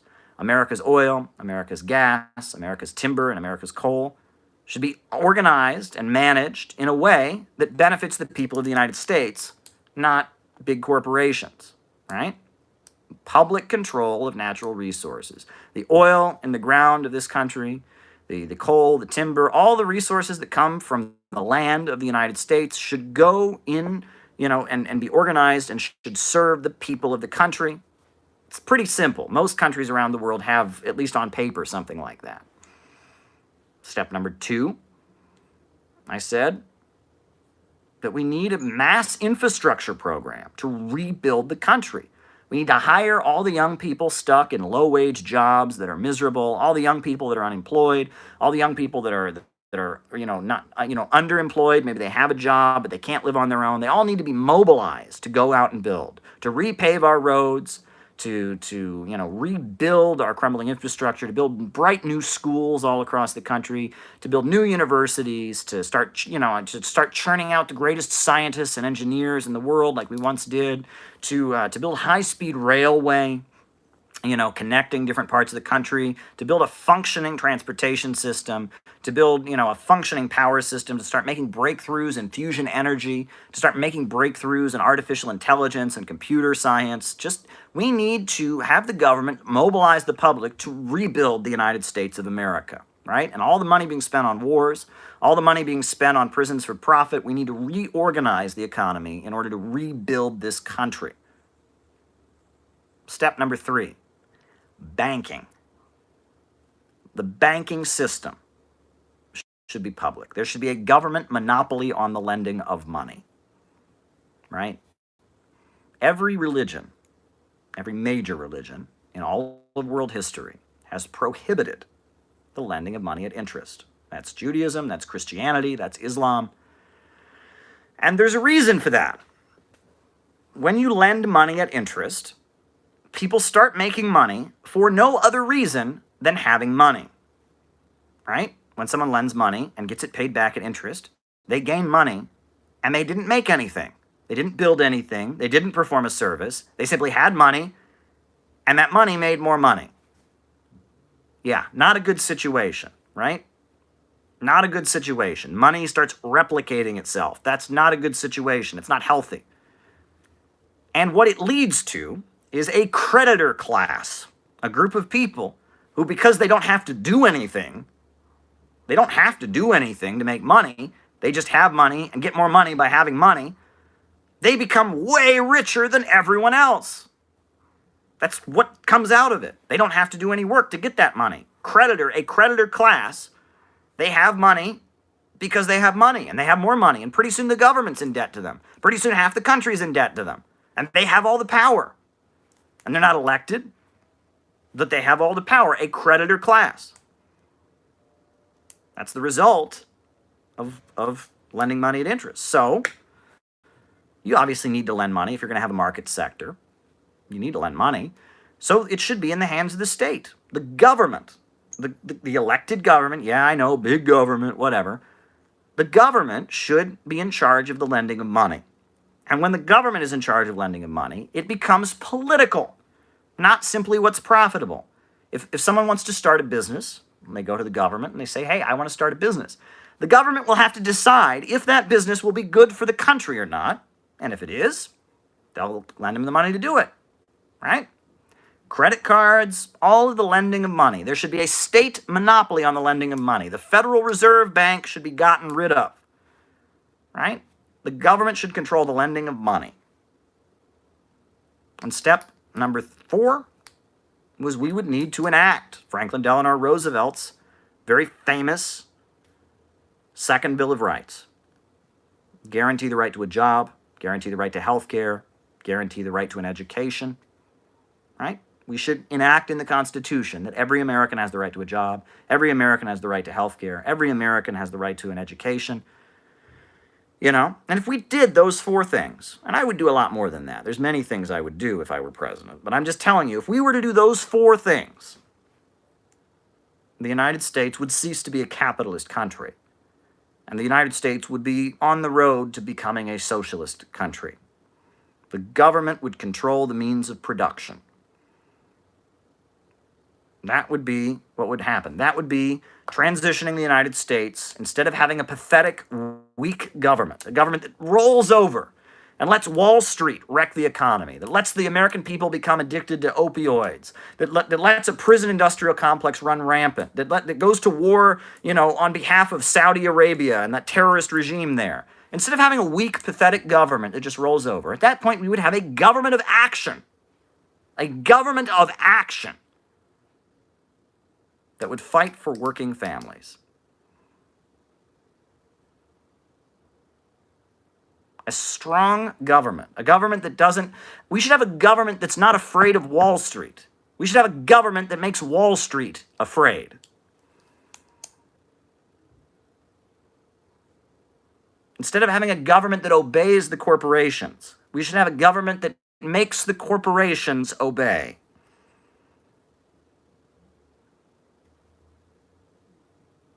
That's what socialism is. And sure, that would involve giving people free health care. Yeah, that would involve redistribution of wealth. That would involve, you know, but that's not the nature of socialism. Socialism is not about weakness. Socialism is about strength. Socialism is about power. It's about people taking control of their lives and their communities and standing up to the rich and powerful and fighting back. Socialism is about strength. It's not about weakness. A government of action to fight for working families. That's what I believe. I have no political aspirations at this time, but I do have some projects in the works. This spring, there's going to be a conference, a national conference, and I need you there. I'll have the date for you soon and the location. That's being worked out right now. I'm working with a number of other people on this. There's going to be a national conference this spring. A national conference dedicated to what I'm laying out here. Constructive scientific socialism. My understanding of socialism, which was Marx's understanding, which was Engels' understanding, my understanding of socialism, which has been so distorted, the people running the protest cages don't think it. This spring, there will be a conference. There will be a national conference, and we are going to talk about overcoming over-socialization. We are going to talk about building a strong, constructive socialism. And I need you to attend. I need you there. I can't do this alone. We have to completely change the way the United States is, and we have to completely break out of the synthetic left. We have to do something that leftist groups don't do. We have to talk about strength, not weakness. We have to not play by the stupid politically correct rules. Right? We need to build something new. Folks, I told you I was going to talk about something personal here. And this is what I'm going to say. And I don't get too personal. I guess I just told you that silly anecdote from when I was in school. I thought it was funny, but folks, you know, I told you that video of me calling Trump a coward and a weakling was all over Iranian TV and all over Lebanese TV. Not my intention. I just posted it on my YouTube, folks. But a number of people said to me, Caleb, watch your back. I mean, it's occurred to me. I can guarantee you there are lots of people in the American government who don't like what I'm saying on this live.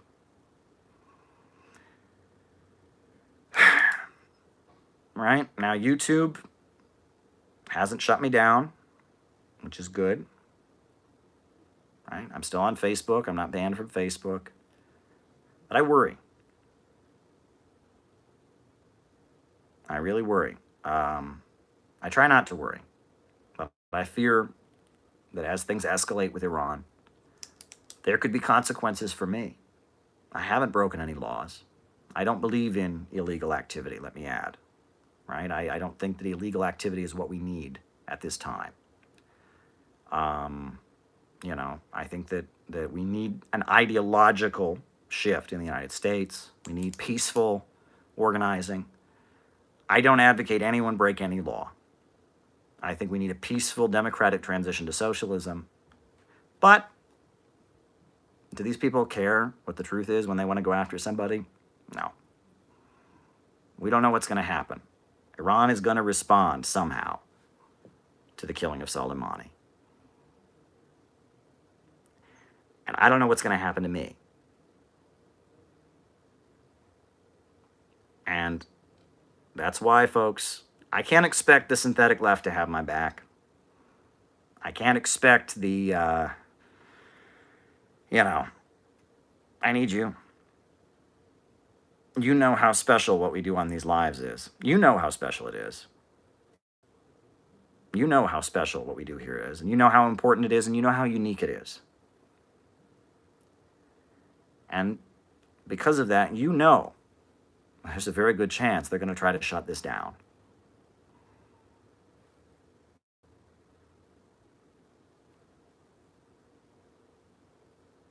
Right? I mean, we saw what was done to Max Blumenthal. Now, that was just for a couple days, a false arrest warrant on an assault charge that was defeated in court. We saw what they did to Marzia Hashemi, also an American citizen. No charges, kidnapped her from the airport in Missouri and dragged to an FBI facility, held without any charges, forced to testify at a grand jury, finally released. They're rehearsing. They're rehearsing for a very big crackdown, and a crackdown that'll mean a lot more than just taking people off Facebook and YouTube. So I'm urging you all to start promoting these lives. Start making this a bigger conversation. Maybe you don't agree with me, and that's fine. I know there's people in the chat. I see all the comments. Well, not all of them. I see a lot of the comments that are coming through. I know there's people here who don't agree. That's fine. Right? We can disagree. I respect people who disagree with me. You're allowed to disagree with me.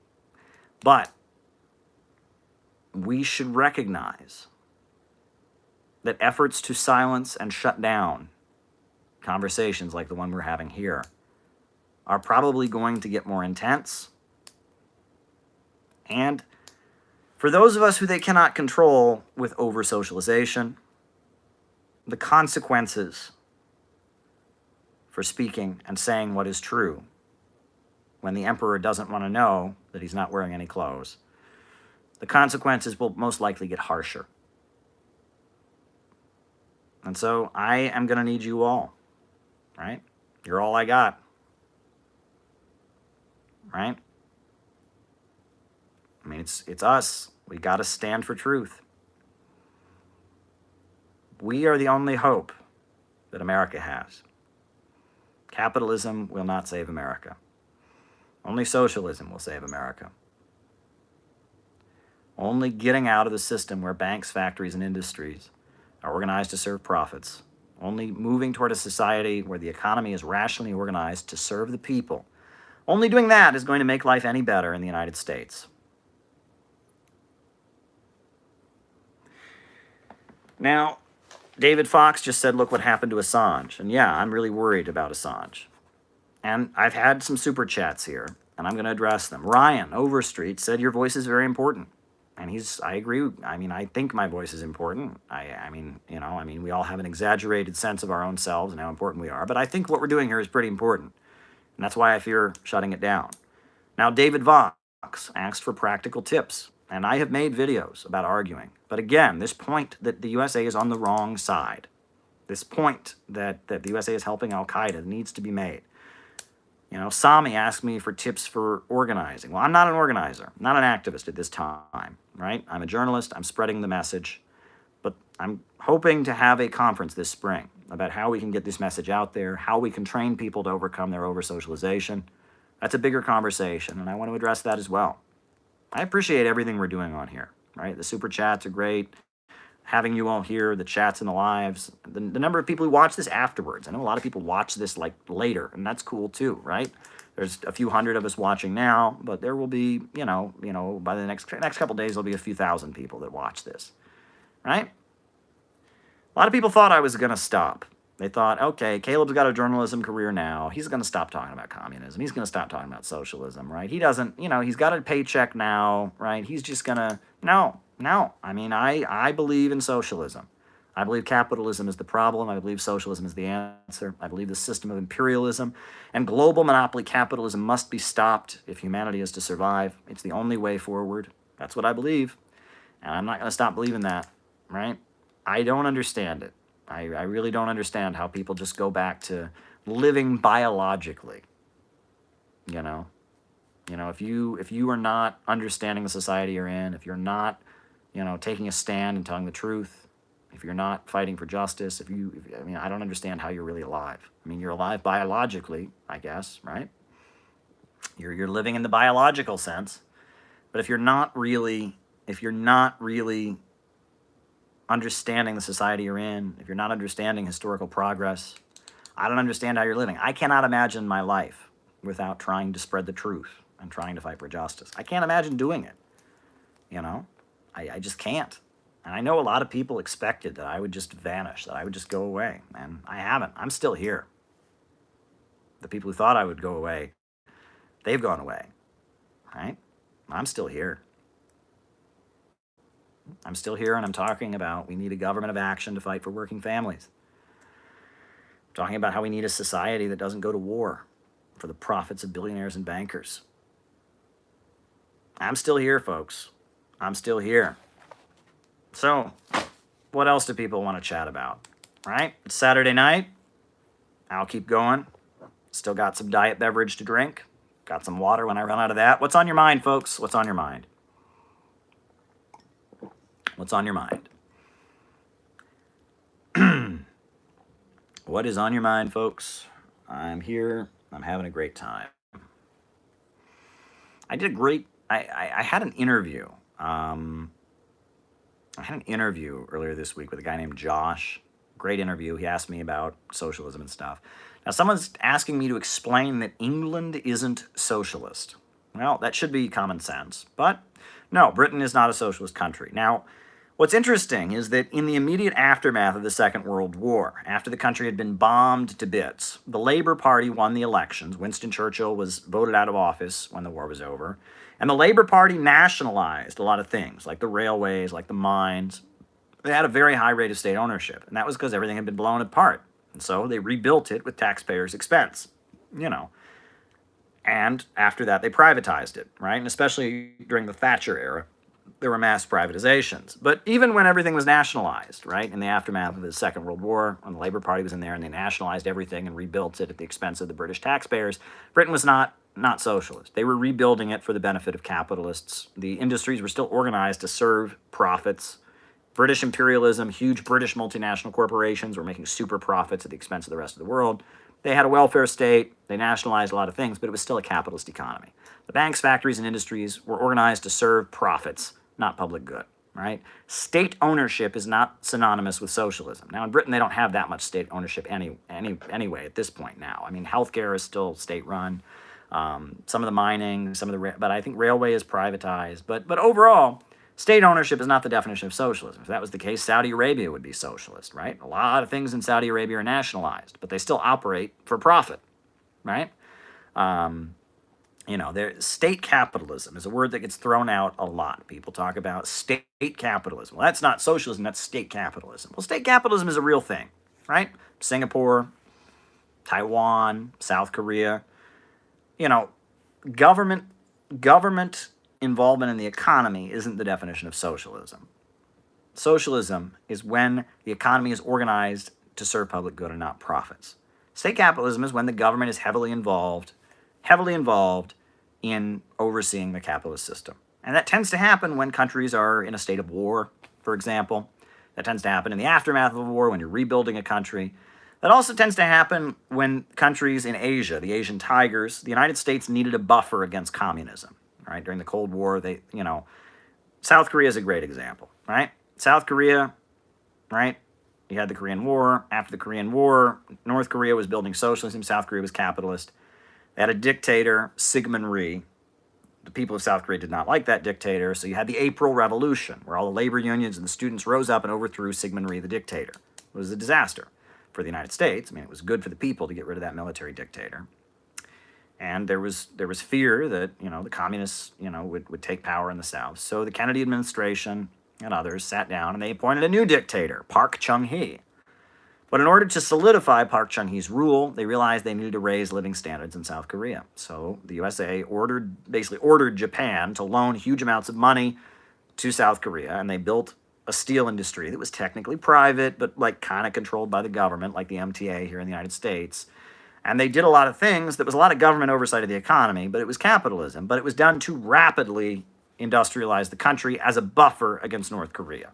And they did the same thing in Taiwan, right? They needed Taiwan. Taiwan is part of China. It always has been. But they needed, the USA controlled, the Republic of China. It needed to build up the Republic of China as a buffer against the People's Republic on the mainland. So very rapidly industrialized in the 70s. Singapore is a very similar story. And so in order to do that, you have to have state control. Free market capitalism doesn't lead to growth. That's what these stupid neoliberal Milton Friedman economists don't understand. Free market capitalism does not lead to growth, right? It just doesn't, And, if you want to have rapid growth, and it is in the interest of the imperialists to have rapid growth at some points, right? That was what the Asian tigers were all about. And Japan was a similar story, right? Japan, South Korea, Taiwan, Singapore, it was necessary to have very rapid growth to build a buffer against China and North Korea and socialism in the Soviet Union. So they did it, right? But you'll remember in the 90s, there was that big collapse where the USA was pulling its money out. Now, luckily, the Asian tiger countries had built up enough that they could be more sustaining. But it was a disaster. You remember the crash of the Asian tigers in the 90s, where the United States determined it didn't need them anymore. It's a whole other thing. But yeah, and other examples of Bonapartism, there's a history of U.S.-aligned military juntas in Latin America prior to Pinochet, right? In the 1960s in Latin America, there were a lot of U.S.-aligned military regimes in places like Colombia and Argentina, places like that. But often, the Kennedy administration and Lyndon Johnson and others would work with those countries to build some private but kind of government-controlled industries. There was the Shah of Iran, for example, right? The Kennedy administration worked with him to carry out the White Revolution. And he built an airline for Iran. He redistributed some land, and it was heavy state oversight of the economy in the hopes of trying to stabilize the society. The post-World War II economic boom. This is what is so crazy, folks. So these free market people, they believe free market capitalism is the only answer. It's the only thing that creates growth. The biggest period of economic growth in all of human history. There's never been more economic growth in human history, ever. not since, and definitely not before, than between 1945 and 1973. That period, from the end of World War II up until the 1973 oil crisis and the collapse of the petrodollar and the collapse of Bretton Woods and all of that, from the end of World War II to the mid-70s, we have never in human history seen that much economic growth. The Soviet Union rebuilt itself even stronger than it was during the 1930s. China industrialized, African countries industrialized, Egypt industrialized, the Ba'ath countries in the Middle East industrialized. And at the same time, the capitalist countries also industrialized and did huge amounts of economic growth. Never before in world history has there been that much economic growth. It was the greatest episode of economic growth in all of human history, was the post-World War II economic boom. Never have we seen that much growth. And do you know who did it? Communists and welfare capitalists. No libertarianism. There was no libertarianism at that point, right? I mean, people believed in it. The Austrian school was doing their thing. Milton Friedman was doing their thing. But Western Europe, it was all social democrats, Labor Party, Norway, socialists, right? The USA, the Kennedy administration, and, huge taxes on the rich. And, and in Eastern Europe, it was communists. In the Middle East, it was socialists and Marxists. Never in human history has there been that much economic growth. And it was not done by the free market. No, all this economic growth was happening with social democrats and communists. That's like a fact. The biggest episode of economic growth in all of human history was done with huge government involvement in the economy. That's a fact. Right? And never has there before or even afterwards been such a level of economic growth. So how in the world do these people believe that free market capitalism is the only way we can have economic growth? That's malarkey. It's just malarkey. They're, the Chilean economic miracle. There was no Chilean economic miracle. Chile under Pinochet was an economic disaster. 30% unemployment. 30% unemployment. The price of food goes up by 70% because the subsidies are cut, right? Chile was an economic disaster. And then in the 80s, right? Pinochet assumed power in 1973 in a coup. In 1982, they started to have economic growth, and it was because Pinochet started renationalizing things. Things were so bad, the government was on the verge of falling, so Pinochet abandoned his free market policies. So this Chilean economic miracle didn't happen. Chile was an economic disaster, and then it got rid of Milton Friedman's policies and experienced large amounts of growth. So where do these people get this? They just lie. They just lie. Seriously, look at economic data. Chile under Milton Friedman economics was a disaster, and the Chilean economic miracle of the early 80s happened after they abandoned libertarianism. They lie. They just lie. There is no Chilean economic miracle. Bolivia, in the 90s, they Jeffrey Sachs went there and they had Pinochetism without Pinochet. They privatized everything, and it was a disaster. Venezuela in the 90s, they had Milton Friedman free market economics. Disaster. Boris Yeltsin carried out Milton Friedman economic policies, privatized everything. Epic disaster. All of those Eastern European countries after the fall of the Soviet Union, except for Belarus, all adopted Milton Friedman, free market, Jeffrey Sachs, Columbia University, Austrian school, Chicago school, privatized everything economics, and it was an epic disaster. Millions of people died, right? The population of Russia in the 90s went down by like 10%. Now, it wasn't just people dying, it was people fleeing. Suicide, organized crime, prostitution, human trafficking, mass drug use. It's a disaster, right? The Pinochet regime in Chile, it became, child prostitution became a big thing. Drug smuggling. People have to survive. People can't find regular jobs. You got 30% unemployment. People are going to find a way to survive otherwise. When you destroy an above-ground economy, an underground economy emerges. That's just a natural reality. The drug crisis in the inner cities of the United States, the crack epidemic and all of that, what was that about? Deindustrialization. All those cities had factories in them. The factories left, right? The urban areas of the United States were deindustrialized before the rural areas. That's a fact, right? That because the black community was associated with labor militancy, especially in places like Detroit, where you had like communist labor union activists and drum and a mayor who was friendly to the Communist Party and such. They deindustrialized urban areas, and black workers were deindustrialized first because they were associated with militancy, because the black community is, scapegoated and faces so much discrimination in the United States, right? Because of that, deindustrialization hit the black community first. And so when people in the black community could no longer get jobs at factories, that's when you had the rise of the crack epidemic and all of that, right? When you get rid of an above-ground economy, a below-ground economy takes over. And now it's spread to white America, right? You get rid of all the factories in the rural areas and in the southern places in the Midwest.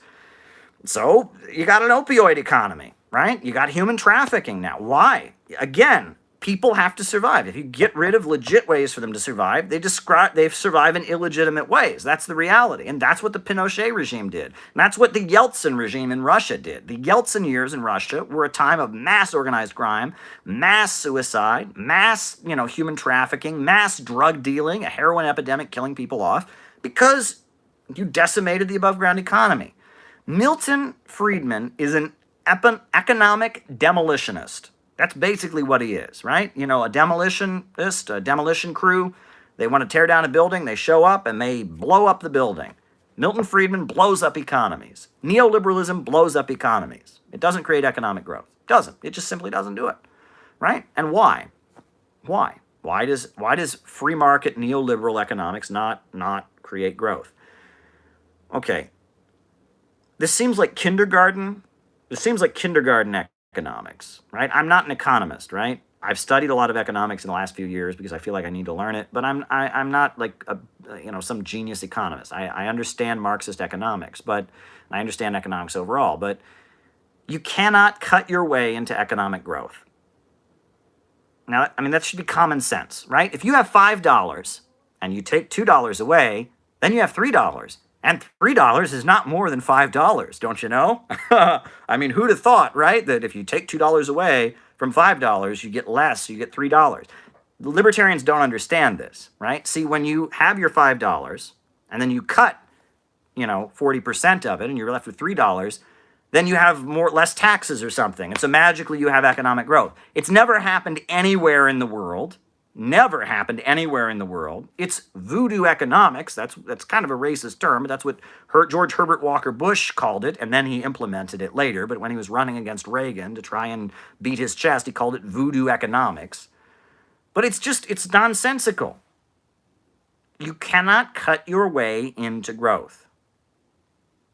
If you cut the jobs of government workers, those people who worked at those government jobs don't have money to spend.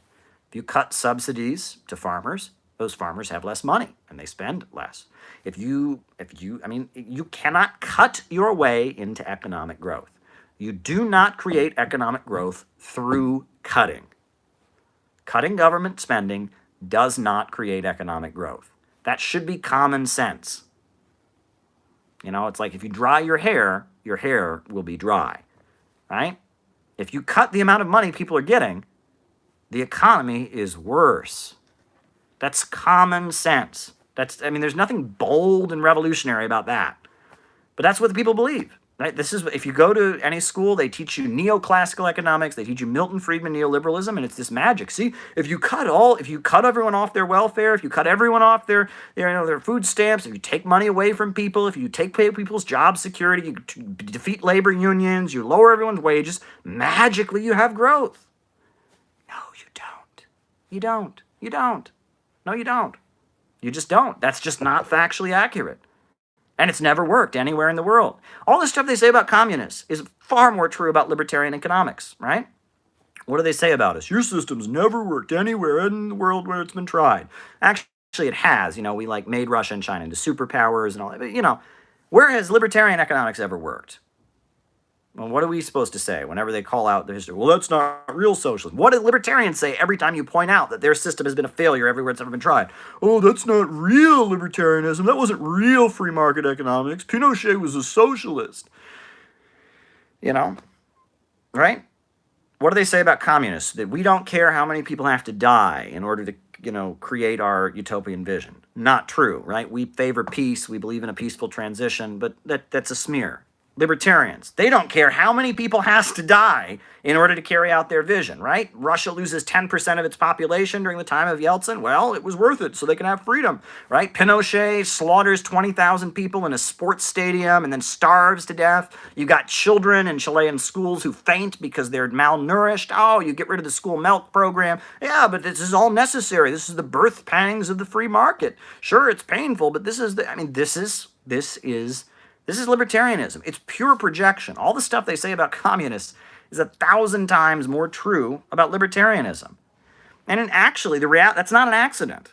You should know that's not an accident at all. Libertarianism was very much created as almost like a capitalist response to socialism. How can we make capitalism revolutionary? They found psychopaths like Ayn Rand. They found weirdos like Milton Friedman. They found people like Alan Greenspan, and they tried their hardest to come up with a revolutionary capitalism. How do we find a way that we can have the appeal communists have? And they invented this nutty ideology called free market libertarianism. It's insanity. It is insanity. It's pure insanity. Pure insanity. Now, someone's asking me, is Andrew Yang a libertarian? No, he's not. Now, the reason some people might say that is because Andrew Yang advocates universal basic income, which is not a libertarian policy, but Milton Friedman proposed it as an alternative to the welfare state. Right? There's been many libertarians who've said, okay, fine, if we have to have a welfare state, why not, instead of having a Department of Education and a Department of Labor and unemployment insurance, why don't we just give everyone a bank transaction and then we can get rid of the welfare? It's a better way of doing it. That's the libertarian idea, right, is that they don't like having a government bureaucracy administer a welfare state. So universal basic income, where a computer deposits, everyone gets an automatic bank deposit, that's an alternative to the welfare state. And Milton Friedman wrote about that and all of that. But they would prefer not to do that. They don't believe in giving people money. They just would rather have it be an automatic bank transaction than have a Department of Education and a Department of Agriculture and a Department of Labor and Social Security and all of that. That's what that's about. That's why libertarians have promoted it occasionally. But Andrew Yang, his economic policies, I will say he has zigzagged on the healthcare thing. He was talking more like Bernie Sanders originally, but now he's more for like a more, quote, market solution to healthcare. I don't agree with that. But he's not a libertarian, right? I mean, one of his main planks is that he believes the government should have a measurement of economic growth, and the government should constantly be coming back to the public and proving that they're good for the economy. Again, the government has a responsibility to raise living standards and should be constantly controlling the economy to raise people. I mean, there's almost kind of a socialistic undertone to that. But his program is not a socialist program. I think what's really, really important about Andrew Yang is the issue of automation, because he's right? Jobs are going to disappear. Right? It's only a matter of time before we have self-driving cars. Only a matter of time before the automation bomb is coming to blow up the U.S. economy. It's coming. And if we don't figure out, what to do about it, we're going to have a problem. And what to do about it isn't to give everyone free money, right? Andrew Yang's answer, universal basic income. I mean, that would be good. I'm not opposed to it. It'd be better than nothing. But the real answer is socialism. The economy has to be organized to serve public good. Marx wrote about this. The book Capital is all about this. Workers' competition with machines. How the capitalist is trying to eliminate labor and remove workers from the means of production, right? And the worker is constantly in a competition with machines, right? There's even the song Solidarity Forever. It has a line. We stand outcast and starving mid the wonders we have made. Workers built all these factories. Workers built all these beautiful cities. The working class does it, and then the capitalist eliminates us from the means of production with technology, and then we're outcast and starving mid the wonders we have made. That's the problem of capitalism, that as capitalism becomes more and more efficient, there becomes less and less of a place for the working class in the means of production, right? The more economic progress you have under capitalism, the more starvation you have. Poverty amid abundance. Under other systems, people starved because there wasn't enough food. Under capitalism, people starve because there is too much food. Under other systems, people were homeless because there was a shortage of housing. Under capitalism, people are homeless because there is too much housing. This is the irrationality of capitalism, and it's why we need the banks, factories, and industries to be organized in order to serve public good and not profits. It's a necessity a necessity that we move towards socialism. That's the only way out of the crisis of automation, right? This is the boom-bust cycle. This is what Karl Marx described. Whenever you have a huge leap in technology, it's followed by a huge economic downturn under capitalism, right? This is Marx's Capital, and this is what makes scientific socialism different than other theories, right? Frederick Engels wrote a very good pamphlet, Socialism, Utopian or Scientific, where he talks about how scientific socialism is based on this understanding of economics and how the means of production function and the boom-bust cycle and advances in technology. This is what separates Marxist scientific constructive socialism from religious utopian socialism, right? Religious utopian socialism, it's not wrong, right? Marx praises overwhelmingly Saint Simon. He praises overwhelmingly, all kinds of religious utopian socialists who believed socialism was more moral, right? People should be taken care of, people should be provided for. But Marx's scientific socialism is based on understanding the nature of the capitalist economy and the boom-bust cycle and economics, right? And that the only way you can continue to have economic growth is to have a rationally planned economy. You have to have state control over the means of production. The means of production must be organized to serve public good and not profits. It's a necessity. And China has become a superpower because the state controls the means of production. Right? That's why China is no longer the sick man of Asia. In China, the overwhelming majority of the economy is state-run. Banks are state-run. The major industries are state-run. But on top of that, private companies aren't really private. At any point, the Communist Party shows up and tells them what to do. Huawei Technologies, technically a private company, but the Communist Party calls them up and says, you must do this, and they do it. They're not a free market country. China's economy is not free market. The Chinese corporations do what the government tells them to do. They make profits, but if the government shows up and says, do it this way, they have to do it this way. The state controls the means of production. The Chinese Communist Party with 90 million members across the country, a highly organized public economy, they control the economy. And there's lots of corruption there, no doubt. Lots of problems. There's issues with human rights. But it ain't capitalism. And because it ain't capitalism, that's why it's had huge amounts of economic growth. It hasn't had the boom-bust cycle. It's a state-controlled economy. The banks, factories, and industries do what the Communist Party says, not whatever is just randomly profitable for them. Right? I've written extensively about this. In my new book, I talk about, in 2015, the Chinese stock market crashed. And everyone said, oh, look, China's going to fall. And next week, the stock market was right back up. Why? The government called up all the corporations and they said, no short selling, no short selling.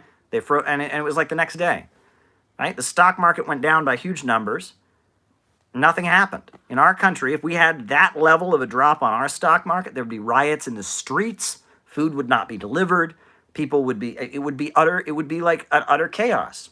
In China, the stock market, tanked, it went down, the government made a phone call, and it was like it never happened. The economic crash of China in 2015, where their stock market plummeted, it's almost like it didn't happen.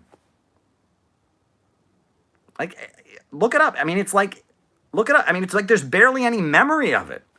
At the time, the U.S. media was like, aha, China is finally falling. This proves that socialism doesn't work. It just didn't happen. It just didn't happen. Because the state controls the means of production. Oh boy, folks, what else is on people's minds?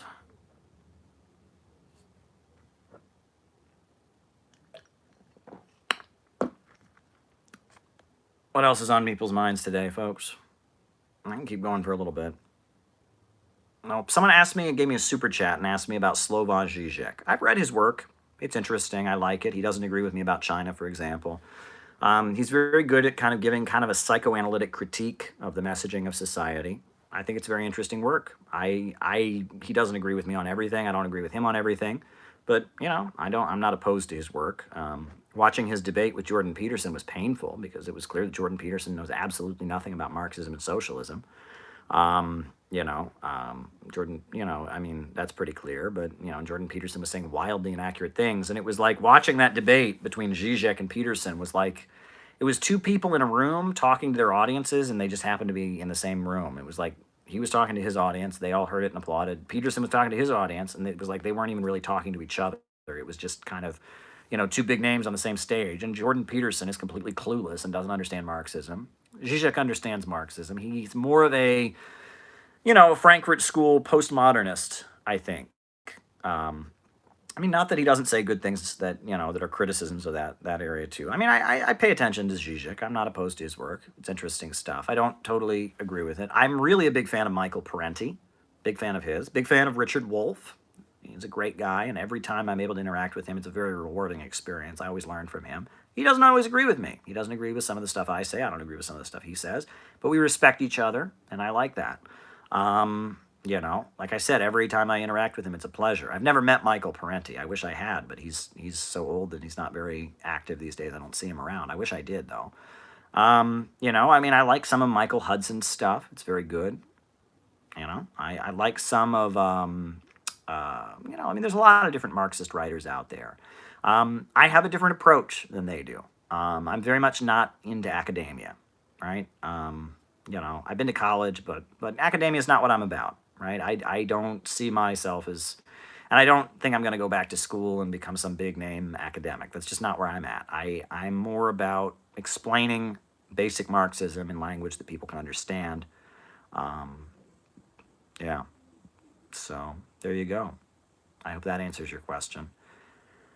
Someone's asking about Belarus. Well, Belarus, Lukashenko, he came to power after the fall of the Soviet Union, and he didn't dismantle the socialist system. And because of that, Belarus has a lot more job security and has had a better economy. It had a better economy than most of Russia did during the 90s, most of the former Soviet Union, I should say. Right now, I understand Lukashenko and the Russian government are fighting with each other. That's not good. I hope they can resolve it. I'm not taking any sides in that argument. I hope it's something that they can resolve. But at the same time, I've noticed, and this is hilarious, that because Lukashenko is right now having his spat with Russia, it's happened before. They have arguments. I don't even know exactly what the point of disagreement is. I hope it'll be resolved. But I've noticed that when they've had disagreements before, for like 2 seconds, you'll hear good stuff about Lukashenko and American media, right? They never want to say anything good about any socialist, but right now they hate Russia so much. The U.S. media is in such an anti-Russian overdrive. Because of that, there were some articles like Bloomberg News and others actually praised the economy of the last Soviet republic in Belarus. It was kind of amusing. They'll admit that Belarus has had good economic results as a result of having a state-run planned economy. And they do. Belarus is a socialist country as far as I'm concerned. I know there's a lot of corruption in Belarus. I know there's a lot of problems with human rights and stuff, and all countries have that. We certainly have those issues here in the United States. So anyone who tries to tell you that socialist countries are always corrupt or something, it's like, no, countries are corrupt. Corruption's a problem.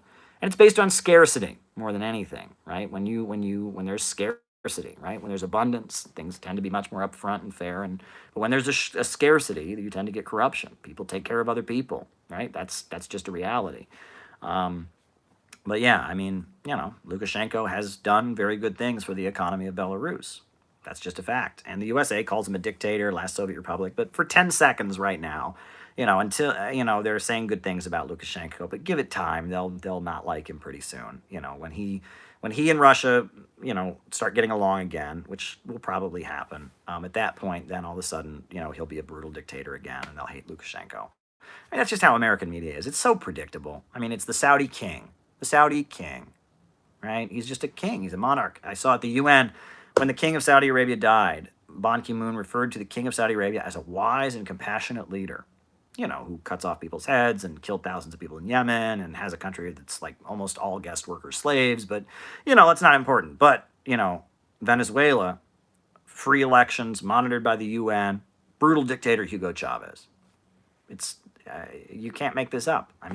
It's just really unbelievable, right? The amount of bias it's just ridiculous. If you're leading a socialist country, you're a dictator. If you're a friend of the United States, you're a military strongman, a military junta, you're democratically elected, even if you're not, you're a king, you're a wise and compassionate leader. It's just so predictable. It's really, really predictable. Really predictable. how they operate. And now they have this whole theory they've developed called democratic regression, where if a leader gets elected but starts to change and tamper with independent institutions, then they're a dictator, even if they're elected, even if they have total public support. Putin has been fairly elected, right? He's one of the most popular leaders in the world. I've been there. I've seen it. Putin is loved in Russia because he saved their economy from the neoliberal mess of the 1990s. And he was democratically elected. But U.S. media insists he's a dictator because he tampers with independent institutions. When, what does that mean? If you get elected, if the people in the country want the policing agencies to change, if the people in the country want the economy to change, if the people in the country want, quote unquote, independent institutions in their country to change, and they elect a leader who changes them, then it's a dictatorship, right?